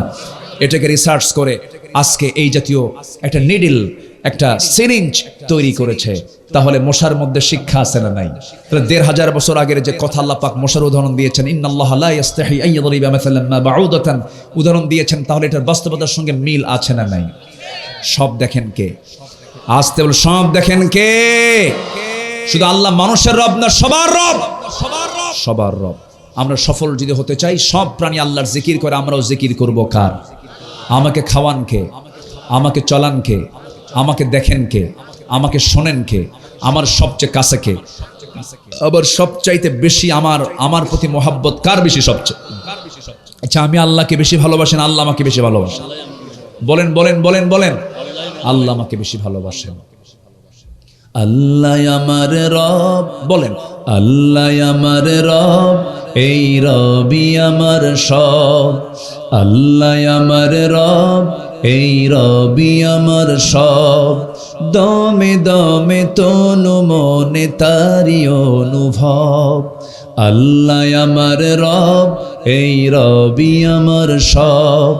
তোমার মদদ পেলে আমি আর না কিছু চাই, তোমার প্রেমের অনল আমি কি দিয়ে নে ভাই। যার হয়েছ তুমি তার নেই যে পরাভব, নেই যে পরাভব। সবাই বলেন আল্লাহ আমার রব, এই রবি আমার সব। দমে দমে তনু মনে তারি অনুভব। আল কোরআনের পথ, এই পথই আসল পথ। অন্য পথে অন্য মতে নেই যে রহমত। আল্লাহ আমার রব, এই রবি আমার সব। জোরে বলি আমিন, আরো জোরে আমিন। সফল হওয়ার জন্য শর্ত বলেছিলাম কয়টা? বলেন কয়টা? 1 নম্বর শর্ত হলো আমরা ঈমান আনবো নেক আমল সহ। রাজি আছেন তো ইনশাআল্লাহ? তাহলে চলতেছে কেবল কয় নাম্বার? বলেন কয় নাম্বার চলতেছে? আরো আছে কয়টা? নুরু ওয়াজ কি শেষ না শুরু? সবাইকে সময় দিবেন ইনশাআল্লাহ। যে আরো আগে উঠলে ভালো হতো, আরো আগে উঠলে ভালো হতো। রাত একটু ভার হয়ে যাচ্ছে, কিছু বুড়ো চাচা আছেন, তাদের কষ্ট হচ্ছে, কি করবো বলেন? কোনো কষ্ট নেই তো? বলি ইনশাআল্লাহ। তাহলে ঈমান আনলে লস না লাভ? পরাজয় না জয়? ব্যর্থতা না সফলতা? সফলতা। সফল হওয়ার জন্য নেক আমল সহ ঈমান আনতে হবে। আমি একটা প্রশ্ন করব, বলুন তো আমার দেশে কোন ওয়াক্তে সবচেয়ে কম মুসল্লি মসজিদে পাওয়া যায়? বলেন জোরে বলেন, কোন ওয়াক্তে? বলেন ফজর। আবার প্রশ্ন করব, বলুন তো সবাই কোন ওয়াক্তে মানুষ সবচাইতে বেশি বাড়িতে অবস্থান করে? বলেন কোন ওয়াক্তে? বলেন ফজরে। মানুষ সবচেয়ে কম মুসল্লি মসজিদে পাওয়া যায় ফজরে। আবার মানুষ সবচেয়ে বেশি সময় থাকে, সবচেয়ে বেশি লোক থাকে হলো ফজরের সময়। তাহলে এই সময়টুকু বাড়িতে থাকে বান্দা কি করে? আজ থেকে বান্দা কি করে বলেন? ওইদিকে আল্লাহ বলছেন আসসালাতু খায়রুম মিনান নাওম, ঘুম থেকে নামাজ উত্তম, ঘুম থেকে নামাজ উত্তম। ওই নামাজের সময় যে বান্দা ঘুমাবে, ওই ঘুমটা তার জন্য রহমত না বিপদ? বলেন রহমত না বিপদ? যদি কোনো বান্দা মনে করে নামাজের সময় ঘুমাবো, কিন্তু আল্লাহ নিজেই ফতোয়া দিচ্ছেন, আল্লাহ নিজেই বান্দাকে জানিয়ে দিচ্ছেন খবরদার, আসসালাতু খায়রুম মিনান নাওম, ঘুম থেকে নামাজ উত্তম, নামাজের দিকে চলে আসো। বুরিকাল উম্মতি ফি বুকুরিহা, আমার উম্মতের বরকতময় সময় হলো সকালবেলা। সকালবেলা যদি কোনো বান্দা ঘুমায়, সে কোনো বরকত পাবে না। একটা প্রাণীর কথা বলবো, বলুন তো কোন প্রাণী রাতে জেগে থাকে দিনে ঘুমায়? কুত্তা। বলেন কি? কুকুর। দিনের বেলা সে ঘুমায়, হাই তোলে, মাঝে মাঝে হাই তোলে আর ঘুমায়, রাতের বেলা জেগে থাকে। এটা এই জন্য হারাম, এই প্রাণী খাওয়া হারাম, কুকুরের মাংস খাওয়া হারাম। কিন্তু ছাগলটার দিকে তাকান, মোরগটার দিকে তাকান। ছাগল সন্ধ্যাবেলায় ঘুমিয়ে পড়ে, মোরগটা সন্ধ্যাবেলায় ঘুমিয়ে পড়ে, শেষ রাত্রে উঠে কুকুরুকু আল্লাহু আল্লাহু, নামাজে দাঁড়ায়া যাও। ছাগলটা আগে ভাগেই ঘুমিয়ে পড়ে। মেডিকেল সায়েন্স বলছে সুস্থ যদি থাকতে চাও, early to bed early to rise, আগে ঘুমিয়ে পড়ো। এটাও সহিহ হাদিস, রাসূল নিজেও বলেছেন।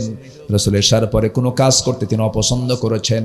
তিনি সন্ধ্যার সময় খেয়ে নিতেন, রাত্রি এশার পরে আর দেরি করতেন না, বিশ্রাম নিতেন। ওয়া মিনাল লাইলি ফাতাহাজ্জাদ বিহি নাফিলাতাল লাক, শেষ রাতে তিনি নামাজের জন্য দাঁড়ায় যেতেন। আমার বন্ধুগণ, কিন্তু আজকের লাইফ স্টাইলটা এত বেকায়দার হয়ে গেছে, মানুষ ঘুমাতে ঘুমাতে তার 2টা 3টে বেজে যায়। এই যে মোবাইলে বারবার টিপতেছে, Facebook, Instagram, Messenger, Imo, Line, Viber, WhatsApp, Instagram, Kurigram, আছে না নাই? আছে না নাই? এই সমস্ত গ্রাম গুরুম ধরা যাবে না, এত সময় নষ্ট করা যাবে না। সময়টাকে নষ্ট না করে দিনটা শুরু করব ফজর দিয়া। জোরে বলে ইনশাআল্লাহ। কি দিয়ে শুরু করব? কি দিয়ে বলেন? কি দিয়া? শাহজাদপুরের এই পৌরসভার ভিতরে যতগুলো মসজিদ আছে, ওই মসজিদের প্রত্যেকটা মসজিদে যদি জোহরের চাইতে ফজরের মুসল্লি যদি বেশি হয়, যেদিন আপনি দেখতে পাবেন শাহজাদপুরের মসজিদগুলো জোহরের চাইতে, আসরের চাইতে ফজরের মুসল্লি বেশি, আল্লাহর কসম করে বলবো, দেখবেন সেই দিন থেকে শাহজাদপুরে কোনো মাদক থাকবে না, নেশা থাকবে না, আকাম কুকাম সব বন্ধ হয়ে যাবে। ঠিক কিনা? এই জন্য মসজিদ আবাদ করার দরকার আছে না নাই? মসজিদ আবাদ হবে কি দিয়া? যেরকম কি দিয়া? কি দিয়া? নামাজ দিয়ে। আমরা নামাজ পড়বো। জোরে বলি ইনশাআল্লাহ। আরো জোরে বলি ইনশাআল্লাহ। আমার নবীজির শেষ কথা ছিল, মুখ দিয়ে উচ্চারণ হয়েছিল কি শব্দ বলেন? আসসালাত, আসসালাত আইমা মালাকাত আইমানুকুম। উম্মতরা, আমার কলিজার টুকরা, আমার প্রাণের উম্মতরা, নামাজ, নামাজ ছেড়ে আমার কাছে এসো না, নামাজ পড়বা, সুপারিশ করা হবে। যেরকম সুবহানাল্লাহ। আমার নবীজি নামাজকে সবচেয়ে বেশি গুরুত্ব দিয়েছেন। নবীজির ইন্তেকালের একটু পূর্ব মুহূর্তের ঘটনা, যেহেতু কবরস্থানকে কেন্দ্র করে আজকের মাহফিল, একটু ইঙ্গিত দিচ্ছি। কুল্লু নাফসিন যায়িকাতুল মাউত। আমার নবীজি মারা যাবেন, মুমূর্ষু অবস্থা কাতরাচ্ছেন, যে কোনো মুহূর্তে তার ইন্তেকাল হয়ে যাবে। নবীজি মানে একবার হুঁশ একবার বেহুঁশ। নবীজির প্রচন্ড কষ্ট হচ্ছে, শারীরিক যন্ত্রণা বেড়ে গেছে। বিষ প্রয়োগ করা হয়েছিল তার দেহে, ইহুদিরা বিষ খেয়েছিল তার খাবারের ভিতরে, সেই বিষক্রিয়া দেখা দিয়েছে, প্রচন্ড মাথা ব্যথা, মাইগ্রেন সৃষ্টি হয়েছিল, এবং আমার নবীজির প্রচন্ড জ্বর কাঁপুনি হচ্ছিল। আমার নবীজি আম্মা জান আয়েশার ঘরকে পছন্দ করলেন। ঢুকি বলেন, আয়েশা বালিশ দাও। বালিশে শুলেন, বলেন বালিশ ভাল লাগে না, তোমার উরুটা দিয়ে দাও। আমার নবীজি উরুতে মাথা রাখলেন। আমার নবীজি খুব পরিবারকে সময় দিতেন। যেরকম সুবহানাল্লাহ। রাসূল পরিবারকে খুব মহব্বত করতেন। যুদ্ধে যেতেন, বউ সাথে নিয়ে যেতেন। জীবনে একবার হজ করেছেন, বউকে সাথে নিয়ে হজ করেছেন। সুবহানাল্লাহ বলেন। যারা বউকে সাথে নিয়ে হজ করেন না, তারা কৃপণ। আমার মায়ের এই কথা শুনে খুব খুশি, হুজুর বুড়া তো শুধু একা একা যায়। আমার নবীজি জীবনে হজ করেছেন কয়বার? একবার। একা না বউ সহ? বউ সহ। আম্মা জান আয়েশা বলেন, রাসূল যখন ইহরাম বাঁধেন, ইহরামের কাপড় যখন পরবেন, ইহরাম বাঁধবেন, ইহরামের নিয়ত বেঁধেছেন, রাসূল আমার সঙ্গে সহবাস করলেন, স্যাটিসফ্যাকশন নিয়ে আসলেন, হৃদয়ের প্রশান্তি এনে, এরপর তিনি ইহরামের কাপড় তিনি পরলেন। আমার নবী উহুদে গেছেন, বউকে সাথে নিয়ে গেছেন। মুতা কি বলে, তাবুক অভিযানে গিয়েছেন, স্ত্রীকে সাথে নিয়ে গিয়েছেন। স্ত্রীকে সাথে ঘুরে বেড়ানো, এদিক সেদিক যাওয়া, এটা সুন্নাহ। বলি আলহামদুলিল্লাহ। কারণ বউ হচ্ছে ইমানের পাহারাদার। বউ কিসের পাহারাদার বলেন? ইমানের পাহারাদার। বউকে সাথে নিয়ে চললে আপনি পরনারীর দিকে তাকাতে পারবেন? তাকাতে দেবে? ও তো ছোট মোটো একটা দারোগা, তো উপায় নাই, আপনি তাকাবেন কেমনে?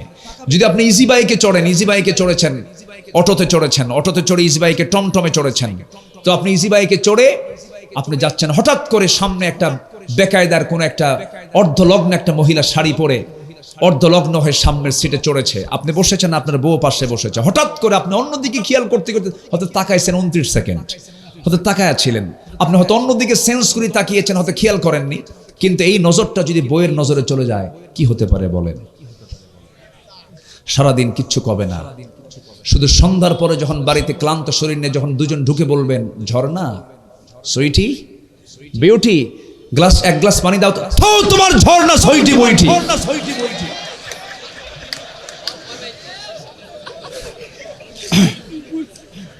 ভয় করছেন নাকি?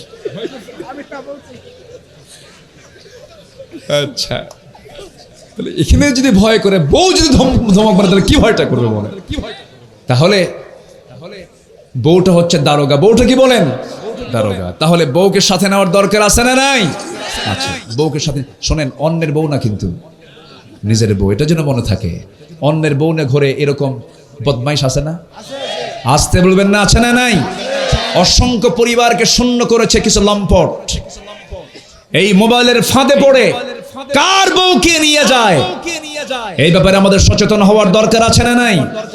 এই সমস্ত অপরাধের যদি চূড়ান্ত শাস্তি যদি নিশ্চিত হতো, কোন পুরুষ পরনারীর দিকে তাকানোর সাহস পেত না। সম্মানিত ভাইয়েরা, এই জন্য আল্লাহর আইনের দরকার আছে না নাই? আসতে কবেন না, আছে না নাই? জেনা করেছ, মিয়াতা জিলদে 100 দৌড়া মারা হবে। শাহজাদপুরের একদম পয়েন্টে সব দেখ পিটাচ্ছে ওরে। বিয়ে করার পর আকাম কুকাম করে বেড়াও, জেনা করো, কোনো কথা নাই, চোখের সামনে তাকে কতল করো, একটা যুবক পরনারীর দিকে তাকানোর সাহস পাবে না। আর আমার দেশে কেউ জেনা করলে তার জরিমানা কত জানেন? 100 টাকা। কত? 100 টাকা জরিমানা। ধর্ষণের সেঞ্চুরি করেছে মানিক জাহাঙ্গীরনগর ইউনিভার্সিটিতে। এখন ইউনিভার্সিটি এখন নামাজিদের নিয়ন্ত্রণে, বলি আলহামদুলিল্লাহ। সাদেক কায়েম নামাজি ডাকসুর ভিপি হয়েছে। আমি ঢাবির ছাত্র ছিলাম, আমি নিজের চোখে দেখেছি র্যাগিং করা হয়েছে, আমি নিজের চোখে দেখেছি সেখানে একটা প্রকাশ্য জেনার ব্যবস্থা হয়েছিল। আজকে সেই ঢাবি এখন অনেকটাই শালীনতার পথে সামনের দিকে অতিক্রম করছে, নামাজের পরিবেশ তৈরি হয়েছে, বলি আলহামদুলিল্লাহ। জোরে বলি আলহামদুলিল্লাহ। আমরা আমাদের সন্তানকে নিরাপদে প্রতিষ্ঠানে পড়াতে চাই, ঠিক কিনা বলেন? প্রতিষ্ঠান থাকবে অস্ত্রমুক্ত, জোরে বলি ইনশাআল্লাহ। প্রতিষ্ঠান থাকবে নেশা মুক্ত, জোরে বলি ইনশাআল্লাহ। সন্তানকে প্রথমে আল্লাহওয়ালা বানাবো, জোরে বলি আমিন। প্রথমে সন্তানকে কোরআন শেখাবো, জোরে বলি আমিন। প্রথমে সন্তানের হাতে কোরআন তুলে দেব, জোরে বলি ইনশাআল্লাহ। আল্লাহ কবুল করুন। আমার নবীজি ইন্তেকাল করবেন, রাসূল বলছেন আয়েশা তোমার উরুটা বিছায়া দাও। উরুর উপরে রাসূল শুয়ে পড়লেন। আমার নবীজি বউদেরকে সময় দিতেন, নাতিদেরকে সময় দিতেন, সন্তানদেরকে সময় দিতেন, ঘন্টার পরে ঘন্টা সময় দিতেন। এবং রাসূল বলতেন আমি আমার পরিবারের কাছে ভালো, তোমরা যারা পরিবারের কাছে ভালো তারা শ্রেষ্ঠ মানুষ। জোরে বলেন সুবহানাল্লাহ। শোনেন, বউয়ের সার্টিফিকেট যে স্বামী পাবে, যে বউ বলবে এই স্বামীটা আমার ভালো, আল্লাহ বলবেন এই বান্দা আমার কাছে ভালো। কারণ বউ জানে স্বামী আমার কত নাম্বার লম্পট। আসতে কন কেন, আসতে কন কেন? এই জন্য স্ত্রীর কাছে আমরা ভালো হব বেশি বেশি, জোরে বলি ইনশাআল্লাহ। আর জোরে বলি ইনশাআল্লাহ। আমার নবীজি দুনিয়া থেকে বিদায় নেবেন। আম্মা জান আয়েশা সিদ্দিকা বলছেন ইয়া রাসূলুল্লাহ আপনার শরীরটা খারাপ মনে হচ্ছে, মাথায় পানি ঢেলে দেই। দিলেন। রাসূল একটু আরাম বোধ হলো, উঠে দাঁড়ানোর চেষ্টা করলেন, বেলাল আজান দিচ্ছে।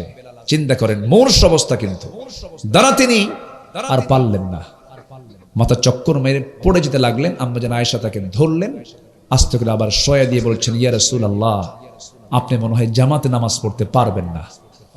আমার নবীজি বলে ফেলেন আয়েশা জামাতে নামাজ পড়াতে পারবো না, কিন্তু আমার নামাজ আমার মুসাল্লায় কে দাঁড়াবে? নামাজ তো পড়তেই হবে।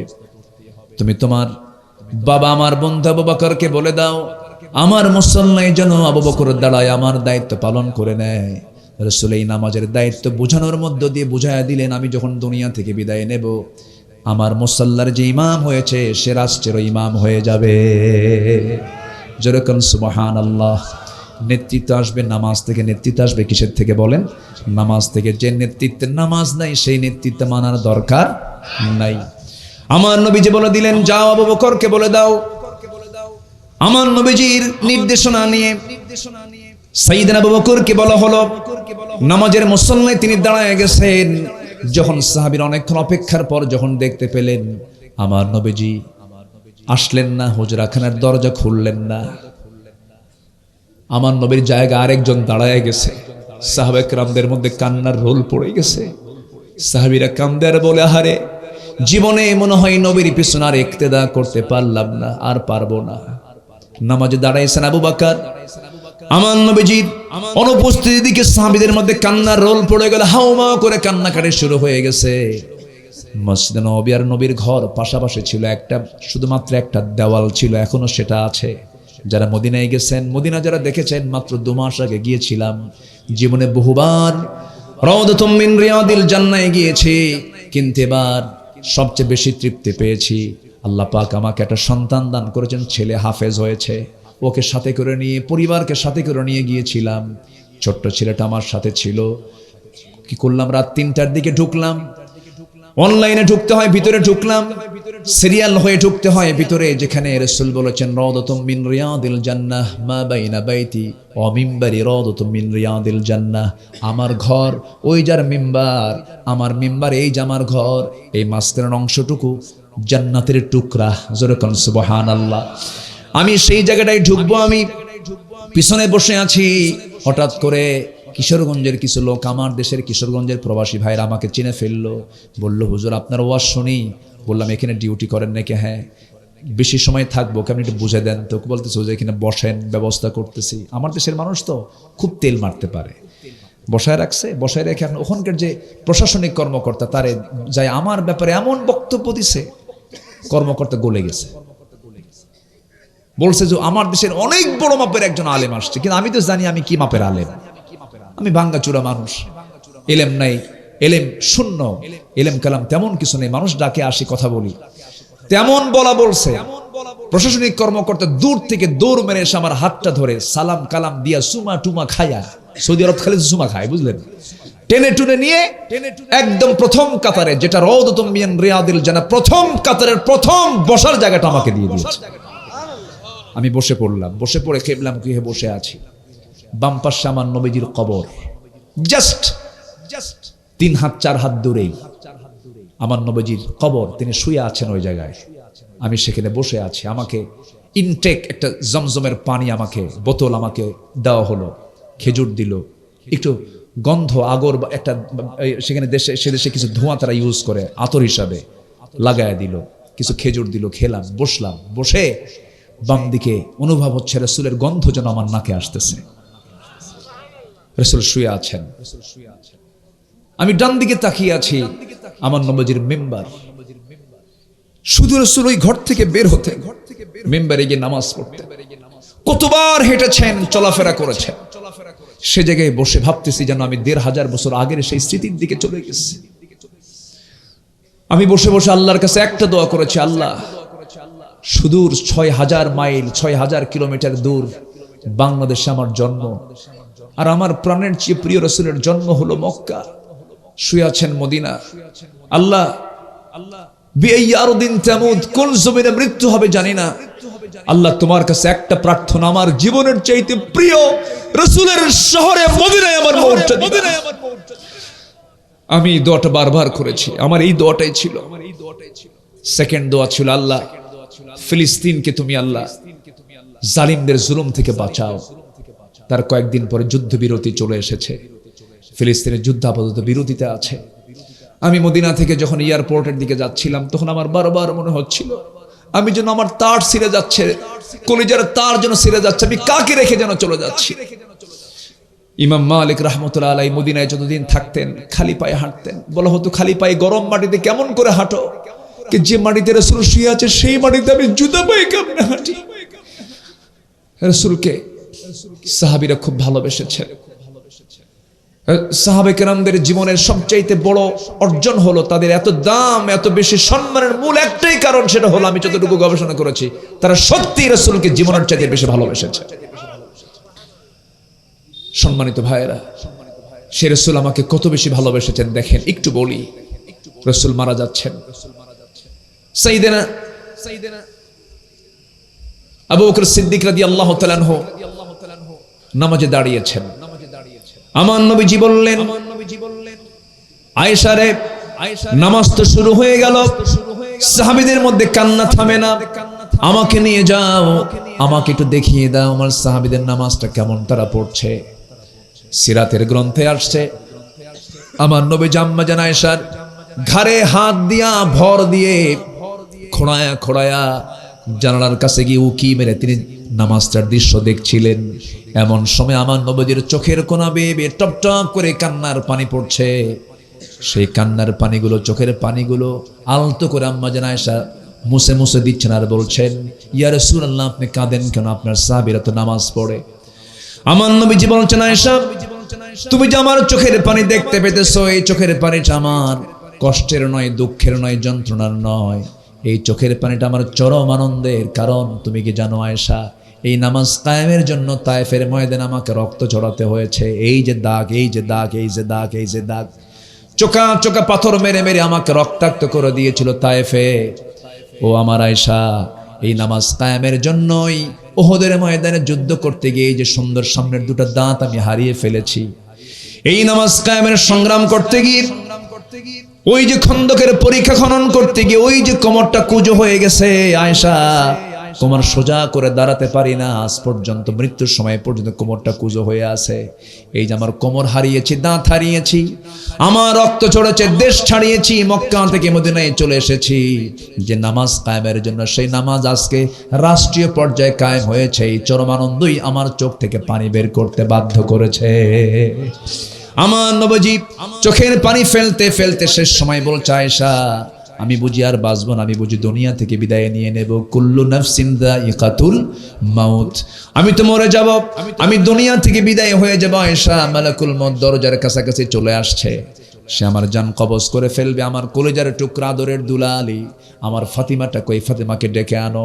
ফাতিমার কথা বলতেই দরজা খুলে সামনে হাজির। রাসূল বলছে, ফাতিমা কান্দিস না, আমার দিকে আয় রে। কানের মধ্যে মুখ ঢুকায় দিলেন, সন্তানের কানের মধ্যে মুখ ঢুকায় দিয়ে বলছে, কানে কানে ফিস ফিস করে বলছে, ফাতিমা কান্দিস না, তুই আমার কাছে ছিলি, আমি মরবো, তুই আমার পরপরই মরে যাবি, কবরের জিন্দেগিতে আমার একসঙ্গে দেখা হবে, কাঁদিস না ফাতিমা। কান্না থেমে গেছে, হাসতেছেন তিনি।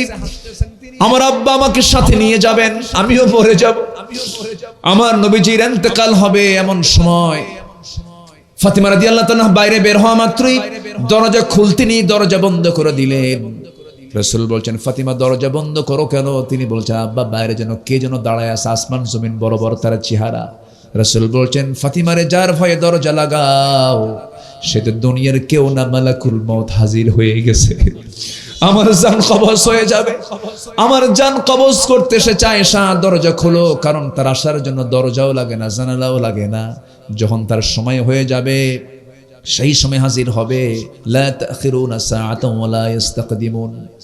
আমার বন্ধুগণ, সঙ্গে সঙ্গে আমার নবীজি বললেন, ফাতিমা তোমাকে বিদায় জানালাম, এবার মালাকুল মউত নবীর সামনাসামনি চলে আসবে, অনুমতি নিচ্ছেন। ইয়া রাসূলুল্লাহ, আপনারা জান কবজ করতে এসেছি।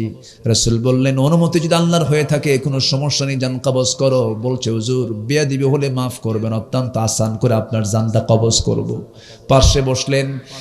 অপারেশনের দায়িত্ব যার, তার তো অপারেশন করতেই হবে, তার তো দায়িত্ব এটা অপারেশন, তাছাড়া যদি সাকসেস না হয় মৃত্যু হবে না। সুন্দর করে অপারেশন শুরু করলেন, বুকটার উপরে হাতটা রাখলেন। রাসূল চিৎকার মেরে উঠে বললেন, মালাকুল মউত হাতটা সরায় নাও। তোমার হাতটা যখন আমার বুকে রেখেছো, আমার কাছে মনে হলো ওই 12 মাইল লম্বা উহুদ পাহাড় যেন তুমি আমার বুকে চাপায়া দিয়েছো। আবার যখন হাতটা রাখা হলো, রাসূল চিৎকার মেরে বলছেন, আয়েশা তোমার হাতটা যেন আমার কাছে মনে হচ্ছে যেন গোটা আসমান আমার বুকে চাপায়া দিয়েছো। আবার যখন হাতটা রাখা হলো, রাসূল বলছেন, আয়েশা, ওরে মালাকুল মউত আয়েশা, আমার কাছে মালাকুল মউত চলে এসেছে। ওরে মালাকুল মউত, আমার কাছে আমার যেন মনে হচ্ছে গোটা পৃথিবী যেন তুমি আমার বুকে চাপায়া দিয়েছো। সব যন্ত্রণা সব কষ্ট যদি আমাকে দিয়ে দাও, কোনো সমস্যা নাই, আমি সইতে পারবো, কিন্তু মৃত্যুর সময় যেন আমার প্রাণের উম্মতের এত কষ্ট না হয়, আমার উম্মতরা যেন এত কষ্ট না পায়। আমার নবীজি মৃত্যুর সময় আমাকে স্মরণ করেছেন, আমার নবীজি কবরে শুয়ে শুয়ে স্মরণ করছেন। কাল হাসরে সবাই বলবে নফসি নফসি, আমার নবীজি বলবেন উম্মতি উম্মতি। আমার নবীজি দুনিয়া থেকে বিদায় নেবেন, বিদায় নেওয়ার আগ মুহূর্তে এবার বলছেন, আয়েশা আমার মরণের সময় হয়ে গেছে, তুমি আমার মুখ থেকে সর্বশেষ একটা হাদিস, একটা মেসেজ আমার উম্মতের জন্য জেনে নাও, সবাইকে জানায়া দিবা, আসসালাত আসসালাত আইমা মালাকাত আইমানুকুম। আমার উম্মতরা যেন কখনো 5 ওয়াক্ত নামাজ না ছেড়ে দেয়। সবাই কি নামাজ পড়তে রাজি আছেন? 5 ওয়াক্ত নামাজ পড়বেন কারা কারা? হাত তুলে দেখেন দেখি, জোরে বলি ইয়া আল্লাহ, আর জোরে বলি ইয়া আল্লাহ। আমাদেরকে 5 ওয়াক্ত সালাত আদায় করার তৌফিক তুমি আল্লাহ দিয়া দাও। জোরে বলি আমিন, আরো জোরে আমিন, আরো জোরে আমিন। হাত নামান। ঈমান এনেছি, ঈমান টিকে রাখার দরকার আছে না নাই বলেন? ঈমানকে বিকিয়ে দেব না। আমার দেশে এমন কিছু বান্দা আছে যারা একটা বিড়ির প্যাকেট পেলে পরে ঈমান বেচে দেয়। আসতে বলবেন না, আছে না নাই? আপনি যাকে সমর্থন দিলেন, সে যদি কোনো কিছু চুরি করে, জনগণের সম্পদ যদি চুরি করে, সেই চুরির একটা অংশের গুনাহ আপনার আমলনামায় চলে যাবে। এই জন্য সতর্ক থাকতে হবে, ইমান বিক্রি করা যাবে না, আমানত রক্ষা করতে হবে, আমানত হেফাজত করতে হবে। আমার বন্ধুগণ, ইমান আনা সহজ কিন্তু টিকে রাখা কঠিন। একজন সাহাবীর কথা মনে পড়লেই এই ছোট্ট কথা বলি, আমি শেষের দিকে চলে যাব, আলোচনা শেষ করব। আমাকে সময় দেবেন আর 10 মিনিট? দিচ্ছেন তো সময়? আমি কখনো 12টা ক্রস করি না, কিন্তু আজকে ক্রস করছি। আমার রবিন ভাইয়ের মাহফিল আসছে, একটু সময়টাকে লম্বা বাড়ায় দিচ্ছি। কি করব আর একটু করি আলোচনা করি ইনশাআল্লাহ। জোরে বলি ইনশাআল্লাহ। আমার বন্ধুগণ, একটু মনোযোগ দিয়ে কথাগুলো শোনেন। আমার নবীজির সেই প্রিয় সাহাবীর কথা মনে হলো। ইমানটা টিকে রাখা কাকে বলে? ইমান তো আনা যায়, কিন্তু ইমান টিকে রাখা সহজ নয়। নবীর হাতে বায়াত রেখে নবীজির চেহারা দেখে কালিমা পড়েও খ্রিস্টান হয়ে মারা গেছে, এমন নজির আছে না? নাই? আছে। কিন্তু আমার বন্ধুগণ, ইমানটা টিকে রাখাই সবচাইতে বড় চ্যালেঞ্জ। একজন সাহাবীর বাড়ি হলো মক্কা মদিনার ঠিক মাঝখান বরাবর। বাপ জন্মের আগেই মারা গেছে, চাচার কাছে মানুষ হয়েছেন, যৌবন পেয়েছেন, বয়স হয়ে গেছে, টকবকে যুবক, নবীর দাওয়াত পেলেন, কালিমা পড়ে মুসলমান হয়ে গেলেন। চাচার কানে সংবাদ গেল, চাচা বলল, ভাতিজা শুনলাম কালিমা পড়েছ, দিন গ্রহণ করেছে, বাপ দাদা ছাড়ছ। সঙ্গে সঙ্গে মুচকি হাসি মেরে বলে, চাচা বাপ দাদা ভুল, এই ইসলামটা সঠিক, এটা আমি হকটা ধরেছি, আপনিও কালিমা পড়েন, লা ইলাহা ইল্লাল্লাহ। চাচার রাগ দেখে কে খেপে গিয়ে রেগে গিয়ে থাপ্পড় মেরে জমিনে ফেলে দিয়ে বলছে, কওমের সব লোক ডেকে আজকে তোকে মেরেই ফেলবো। কি মেরে ফেলেন? চাচা তুই কি জানিস সব সম্পত্তি আমরা জবরদখল করে নেব, তোকে ন্যাংটা বানায় ছেড়ে দেব, ন্যাংটা করে ছেড়ে দেব। সঙ্গে সঙ্গে ভাতিজা বলছে, ওই সাহাবী আব্দুল্লাহ বলছেন, চাচা আপনি আমাকে যদি গোটা দুনিয়ার সব সম্পদ আমার হাতে তুলে দেন, বিনিময়ে আমি ঈমানটা কখনো ছাড়তে পারবো না। মেরে মেরে রক্তাক্ত করে দিয়ে শেষ পর্যন্ত উলঙ্গ করে লুঙ্গিটা পর্যন্ত খুলে নিয়ে তাকে বের করে দেওয়া হলো। রক্তাক্ত উলঙ্গ দেহ নিয়ে মার দরজার কাছে গিয়ে দরজায় নক করছে, মা দরজা খুললেন। সঙ্গে সঙ্গে বলছেন, মা আমার দিকে তাকাইও না, কালিমা পড়েছি, আমাকে মেরে মেরে আমার চাচা রক্তাক্ত করে উলঙ্গ করে ঘর থেকে বের করে দিয়েছে। মা দেখো তো ঘরের মধ্যে কোনো কিছু আছে নাকি, কাপড় চোপড় একটা দাও। এক খণ্ড কাপড় দেওয়া হলো, কোনো মতো সতরটা ঢাকলেন। এবার বলছেন, মা পৃথিবীর কোনো দরবার ভালো লাগে না, আমার ভালো লাগে হলো নবীর দরবার। মা তোমাকে ভালোবাসি, কিন্তু নবীর চাইতে বেশি ভালোবাসি না। নবীর দরবারের দিকে রওনা করলাম, প্রচন্ড শীতকাল, সেই সময় ঠান্ডার ভিতরে তিনি রওনা দিয়েছেন পায়ে হেঁটে হেঁটে। সেই মাঝখান থেকে মদিনা পর্যন্ত চলে গেলেন। নবীর দরজার কাছে গিয়ে পৌঁছে গেলেন, দরজায় গিয়ে নক করলেন, করাঘাত করলেন, দরজা খুলে গেল। আমার নবীজি খোলা মাত্র দেখতে পেলেন টকবকে সুন্দর যুবক, কিন্তু থরথর করে কাঁপতেছে ঠান্ডায়। আমার নবীজি কিচ্ছু না বলে ভিতরে ঢুকে সুন্দর পছন্দের, নিজের পছন্দের সুন্দর দুটো জুব্বা, সবচেয়ে উত্তম সুন্দর জুব্বাটা হাতে নিয়ে বললেন, যুবক আব্দুল্লাহ জুব্বা আগে পড়ো। কাপড়টা পরায় দিলেন। সমস্ত ঘটনা শুনলেন। এরপরে বলছেন, আব্দুল্লাহ চিন্তা করো কেন, তোমার চাচা তোমাকে উলঙ্গ করে বস্ত্রহীন করে ঘর থেকে বের করে দিয়েছে, আর বিশ্বনবী তোমাকে তার পছন্দের জুব্বা দিয়ে তোমাকে ঢেকে দিয়েছে। কোনো চিন্তা নাই, তুমি কি চাও বলো, যা চাইবে আমি আল্লাহর কাছ থেকে চেয়ে নেব। কিন্তু আব্দুল্লাহ দুনিয়ার কিছু চাইলেন না। তিনি বললেন, ইয়া রাসূলুল্লাহ আপনি আমার জন্য দোয়া করুন, আল্লাহ যেন আমাকে মৃত্যুর রাজপথ শহীদি মৌত যেন আল্লাহ পাক আমাকে দান করেন। এই দোয়া চাওয়ার সঙ্গে সঙ্গে আমার নবী হাত তুলে কেঁদে কেঁদে বলছেন, আল্লাহ আমার আব্দুল্লাহর জান মালকে তুমি কাফের বেঈমানদের জন্য হারাম করে দাও। সাহাবীর মন খারাপ। রাসূল বলেন, সাহাবী তুমি মন খারাপ করলা কেন? হুজুর আপনি এই দোয়া করলেন কেন? কাফের মুশরিকরা যদি আমাকে নাই মারতে পারে আমি শহীদ হব কেমনে? রাসূল বলছেন, আব্দুল্লাহ চিন্তা করো না, শাহাদাতের তামান্না যদি হৃদয়ে লালন হয়ে থাকে, ওয়া ইম্মা তাআলা ফিরাশিহি, তোমার মওত যদি বিছানায় হয়, আল্লাহ রাব্বুল আলামিন তোমাকে শহীদের দরজা দিয়ে দিবে। কোনো চিন্তা নাই, জোরে কোন আল্লাহু আকবার। আমার নবীজি বলেন, এই যে আব্দুল্লাহ কোরআনটা হাতে নাও, যাও আসহাবে সুফায় চলে যাও, কোরআন তেলাওয়াত করো। সব সাহাবীর মাঝে আব্দুল্লাহ এত জোরে জোরে কোরআন পড়ছিলেন, সাহাবীরা বিরক্ত হয়ে নবীর কাছে এসে বলছেন, হুজুর নতুন সাহাবীর একটা আগমন হয়েছে, খুব জোরে জোরে কোরআন পড়ে, আস্তে পড়লে ভালো হয়। রাসূল বলছেন, কোন সাহাবীর বিরুদ্ধে তোমরা রিপোর্ট করছো? হুজুর আব্দুল্লাহ। রাসূল বলছেন, খবরদার আব্দুল্লাহর তেলাওয়াতে বাধা দিও না, কারণ আব্দুল্লাহ দুনিয়া বিক্রি করে ঈমানটা কিনে রেখেছে। জোরে করুন সুবহানাল্লাহ। আমার নবীজি খুব এক্সট্রাক্টেড টেক কেয়ার করতেন, খুব তাকে পছন্দ করতেন। মাঝে মাঝে বলতেন তোমরা আব্দুল্লাহকে কষ্ট দিবা না, আমার আব্দুল্লাহ খুব কাছের সাহাবী। যুদ্ধের একদিন ডাক চলে এলো, রাসূল বলেন আব্দুল্লাহ যুদ্ধে যাবে নাকি? হুজুর আমি তো খাড়া আছি, এক পায়ে যাব যুদ্ধে। চলো যাই যুদ্ধে। যুদ্ধ শেষ হলো, রাসূল ফিরে আসতেছেন মদিনার পথে। আব্দুল্লাহর ব্যাপারে আমার রাসূলকে নিয়োগ করা হলো, হুজুর আব্দুল্লাহ খুব অসুস্থ। রাসূল শোকাহত হলেন, বলেন ভালো করে নার্সিং করো, সেবা করো। এক পর্যায়ে 3 দিন পর বলা হলো হুজুর আব্দুল্লাহর বেচারায় মারা গেছে। নবীজির চক্ষু দিয়ে টপ টপ করে পানি পড়া শুরু হলো। রাসূল কাঁদলেন, কেঁদে কেঁদে বলছেন সাহাবীরা আমার কলিজার টুকরা আব্দুল্লাহর জানাজার আয়োজন করো, কাফনের কাপড় পরায়া দাও। আব্দুল্লাহর জানাজা আজকে কেউ পড়াবে না, আব্দুল্লাহর জানাজার দায়িত্ব রাসূল নিজের কাঁধে উঠায় নিল। জানাজা শেষ হয়ে গেল। রাসূল বলছেন ও আমার সাহাবীরা, আমার আব্দুল্লাহর কবরটা কোথায় খনন করেছে? হুজুর 2 পাহাড়ের ঠিক মাঝখান বড় বড় চিপায় আমরা কবরটা খনন করেছি। রাসূল বলছেন আমাকে নিয়ে যাও। আমার নবীজি কবরের সামনে গিয়ে দাঁড়ালেন, আবেগ আপ্লুত হয়ে বলছেন সাহাবীরা আজকে আব্দুল্লাহর কবরে আমি কাউকে নামতে দেব না, আমি রাসূল নিজে তার কবরে নেমে যাব। আমার নবীজি যখন এই কথা বললেন, সঙ্গে সঙ্গে সাহাবীরা সব পিনপতন নীরব হয়ে গেলেন। নবীজি নিজেই তার কবরে নামলেন, কোমরে গামছা বেঁধে কবরে নেমে এবার বলছেন আবু বকর আমার ডানে নামো, ওমর আমার বামে নামো। এবার আমার নবীজি 2টা হাত আগায় দিয়ে বলছে কলিজার টুকরা আব্দুল্লাহকে আমার হাতে তুলে দাও, আমার আব্দুল্লাহকে আমার হাতে তুলে দাও। যখন তুলে দেওয়া হলো, আমার নবীজি বলছেন আবু বকর মাথা ধরো, ওমর পা ধরো। 3 জন মিলে কবরে শোয়া দিলেন। কি মানুষ, কি ভাগ্য! আমার নবীজি আব্দুল্লাহর বুকে হাত রেখে আকাশের দিকে তাকায় বলছে আকাশের মালিক আল্লাহ, এই মুহূর্ত পর্যন্ত কোনোদিন আমার আব্দুল্লাহ আমার সঙ্গে বেয়াদবি করে নাই, আমি আব্দুল্লাহর উপরে সন্তুষ্ট আছি, তুমি আল্লাহ আব্দুল্লাহকে মাফ করে দিও। এই দোয়া করার সঙ্গে সঙ্গে পাশে দাঁড়িয়ে থাকে এমন একজন সাহাবী, যে সাহাবী সমুদ্র অতিক্রম করেছেন 10,000 সৈন্য নিয়ে, সমুদ্রের পার থেকে ওপারে তিনি পাড়ি জমিয়েছেন। ঘোড়া দাবড়া দিয়া রণতরী ছিল না, একটা ঘোড়ার খুর পর্যন্ত পানি স্পর্শ করে নাই।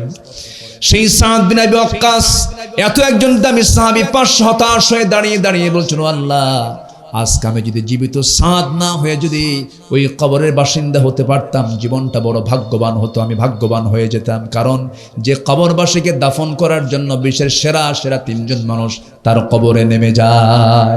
জোরে কোন সুবহানাল্লাহ। আমার বন্ধুগণ, এই জন্য বলি সফল হওয়ার জন্য 1 নম্বর শর্ত হলো আমরা ঈমান আনবো, নেক আমল সহ। জোরে বলি ইনশাআল্লাহ। ঈমানটাকে টিকে রাখবো, জোরে বলি ইনশাআল্লাহ। নাম্বার 2 হলো পরিশুদ্ধিতা, কদ আফলাহা মান তাযাক্কা। নাম্বার 3 হলো সত্যবাদিতা। নাম্বার 4 হলো তাকওয়া অর্জন, ওয়াত্তাকি ফাউলাইকা হুমুল ফাইজুন। নাম্বার 5 হলো ধৈর্যশীলতা, ইন্নী জাযাইতুহুমুল ইয়াওমা বিমা সাবারু আন্নাহুম হুমুল ফাইজুন। নাম্বার 6 হলো আল্লাহর রাসূলের আনুগত্য করা, ওমাই ইউতিইল্লাহু ওয়া রাসূলাহু ফাকাদ ফাযা ফাওজান আযীমা। নাম্বার 7 হলো সৎ কাজের আদেশ দেওয়া, সৎ কাজের বাধা দেওয়া, ওয়া উলাইকা হুমুল মুফলিহুন, সূরা আলে ইমরান 104। নাম্বার 8 হলো তওবা করা, তুবু ইলাল্লাহি জামিআন আইয়ুহাল মুমিনুনা লাআল্লাকুম তুফলিহুন। নাম্বার 9 হলো প্রকৃত মুমিন হওয়া, 7টা গুণ উপস্থিত করে যে বান্দা মুমিন হবে, কদ আফলাহাল মুমিনুন উলাইকা হুমুল ওয়ারিসুন আল্লাযীনা ইয়ারিসুনাল ফিরদাউস হুম ফিহা খালিদুন। 7টা গুণ অর্জন করবে, জান্নাতুল ফিরদাউসের ওয়ারিস হয়ে যাবে। জোরে কোন সুবহানাল্লাহ। আল্লাহ কবুল করুন, জোরে বলি আমিন, আরো জোরে আমিন। সম্মানিত ভাইয়েরা, কেউ উঠবেন না। আজকে আমাদের মাহফিলের মূল আকর্ষণ হলো দোয়া। মূল আকর্ষণ কি বলেন তো? দোয়া। দোয়া ছাড়া কেউ যাবেন? দোয়া ছাড়া যিনি যাবেন তিনি কৃপণ, বাপ মাকে মহব্বত করেন কম, আমি এটা মনে করব। সবাই দোয়ায় শামিল হব, জোরে বলি ইনশাআল্লাহ।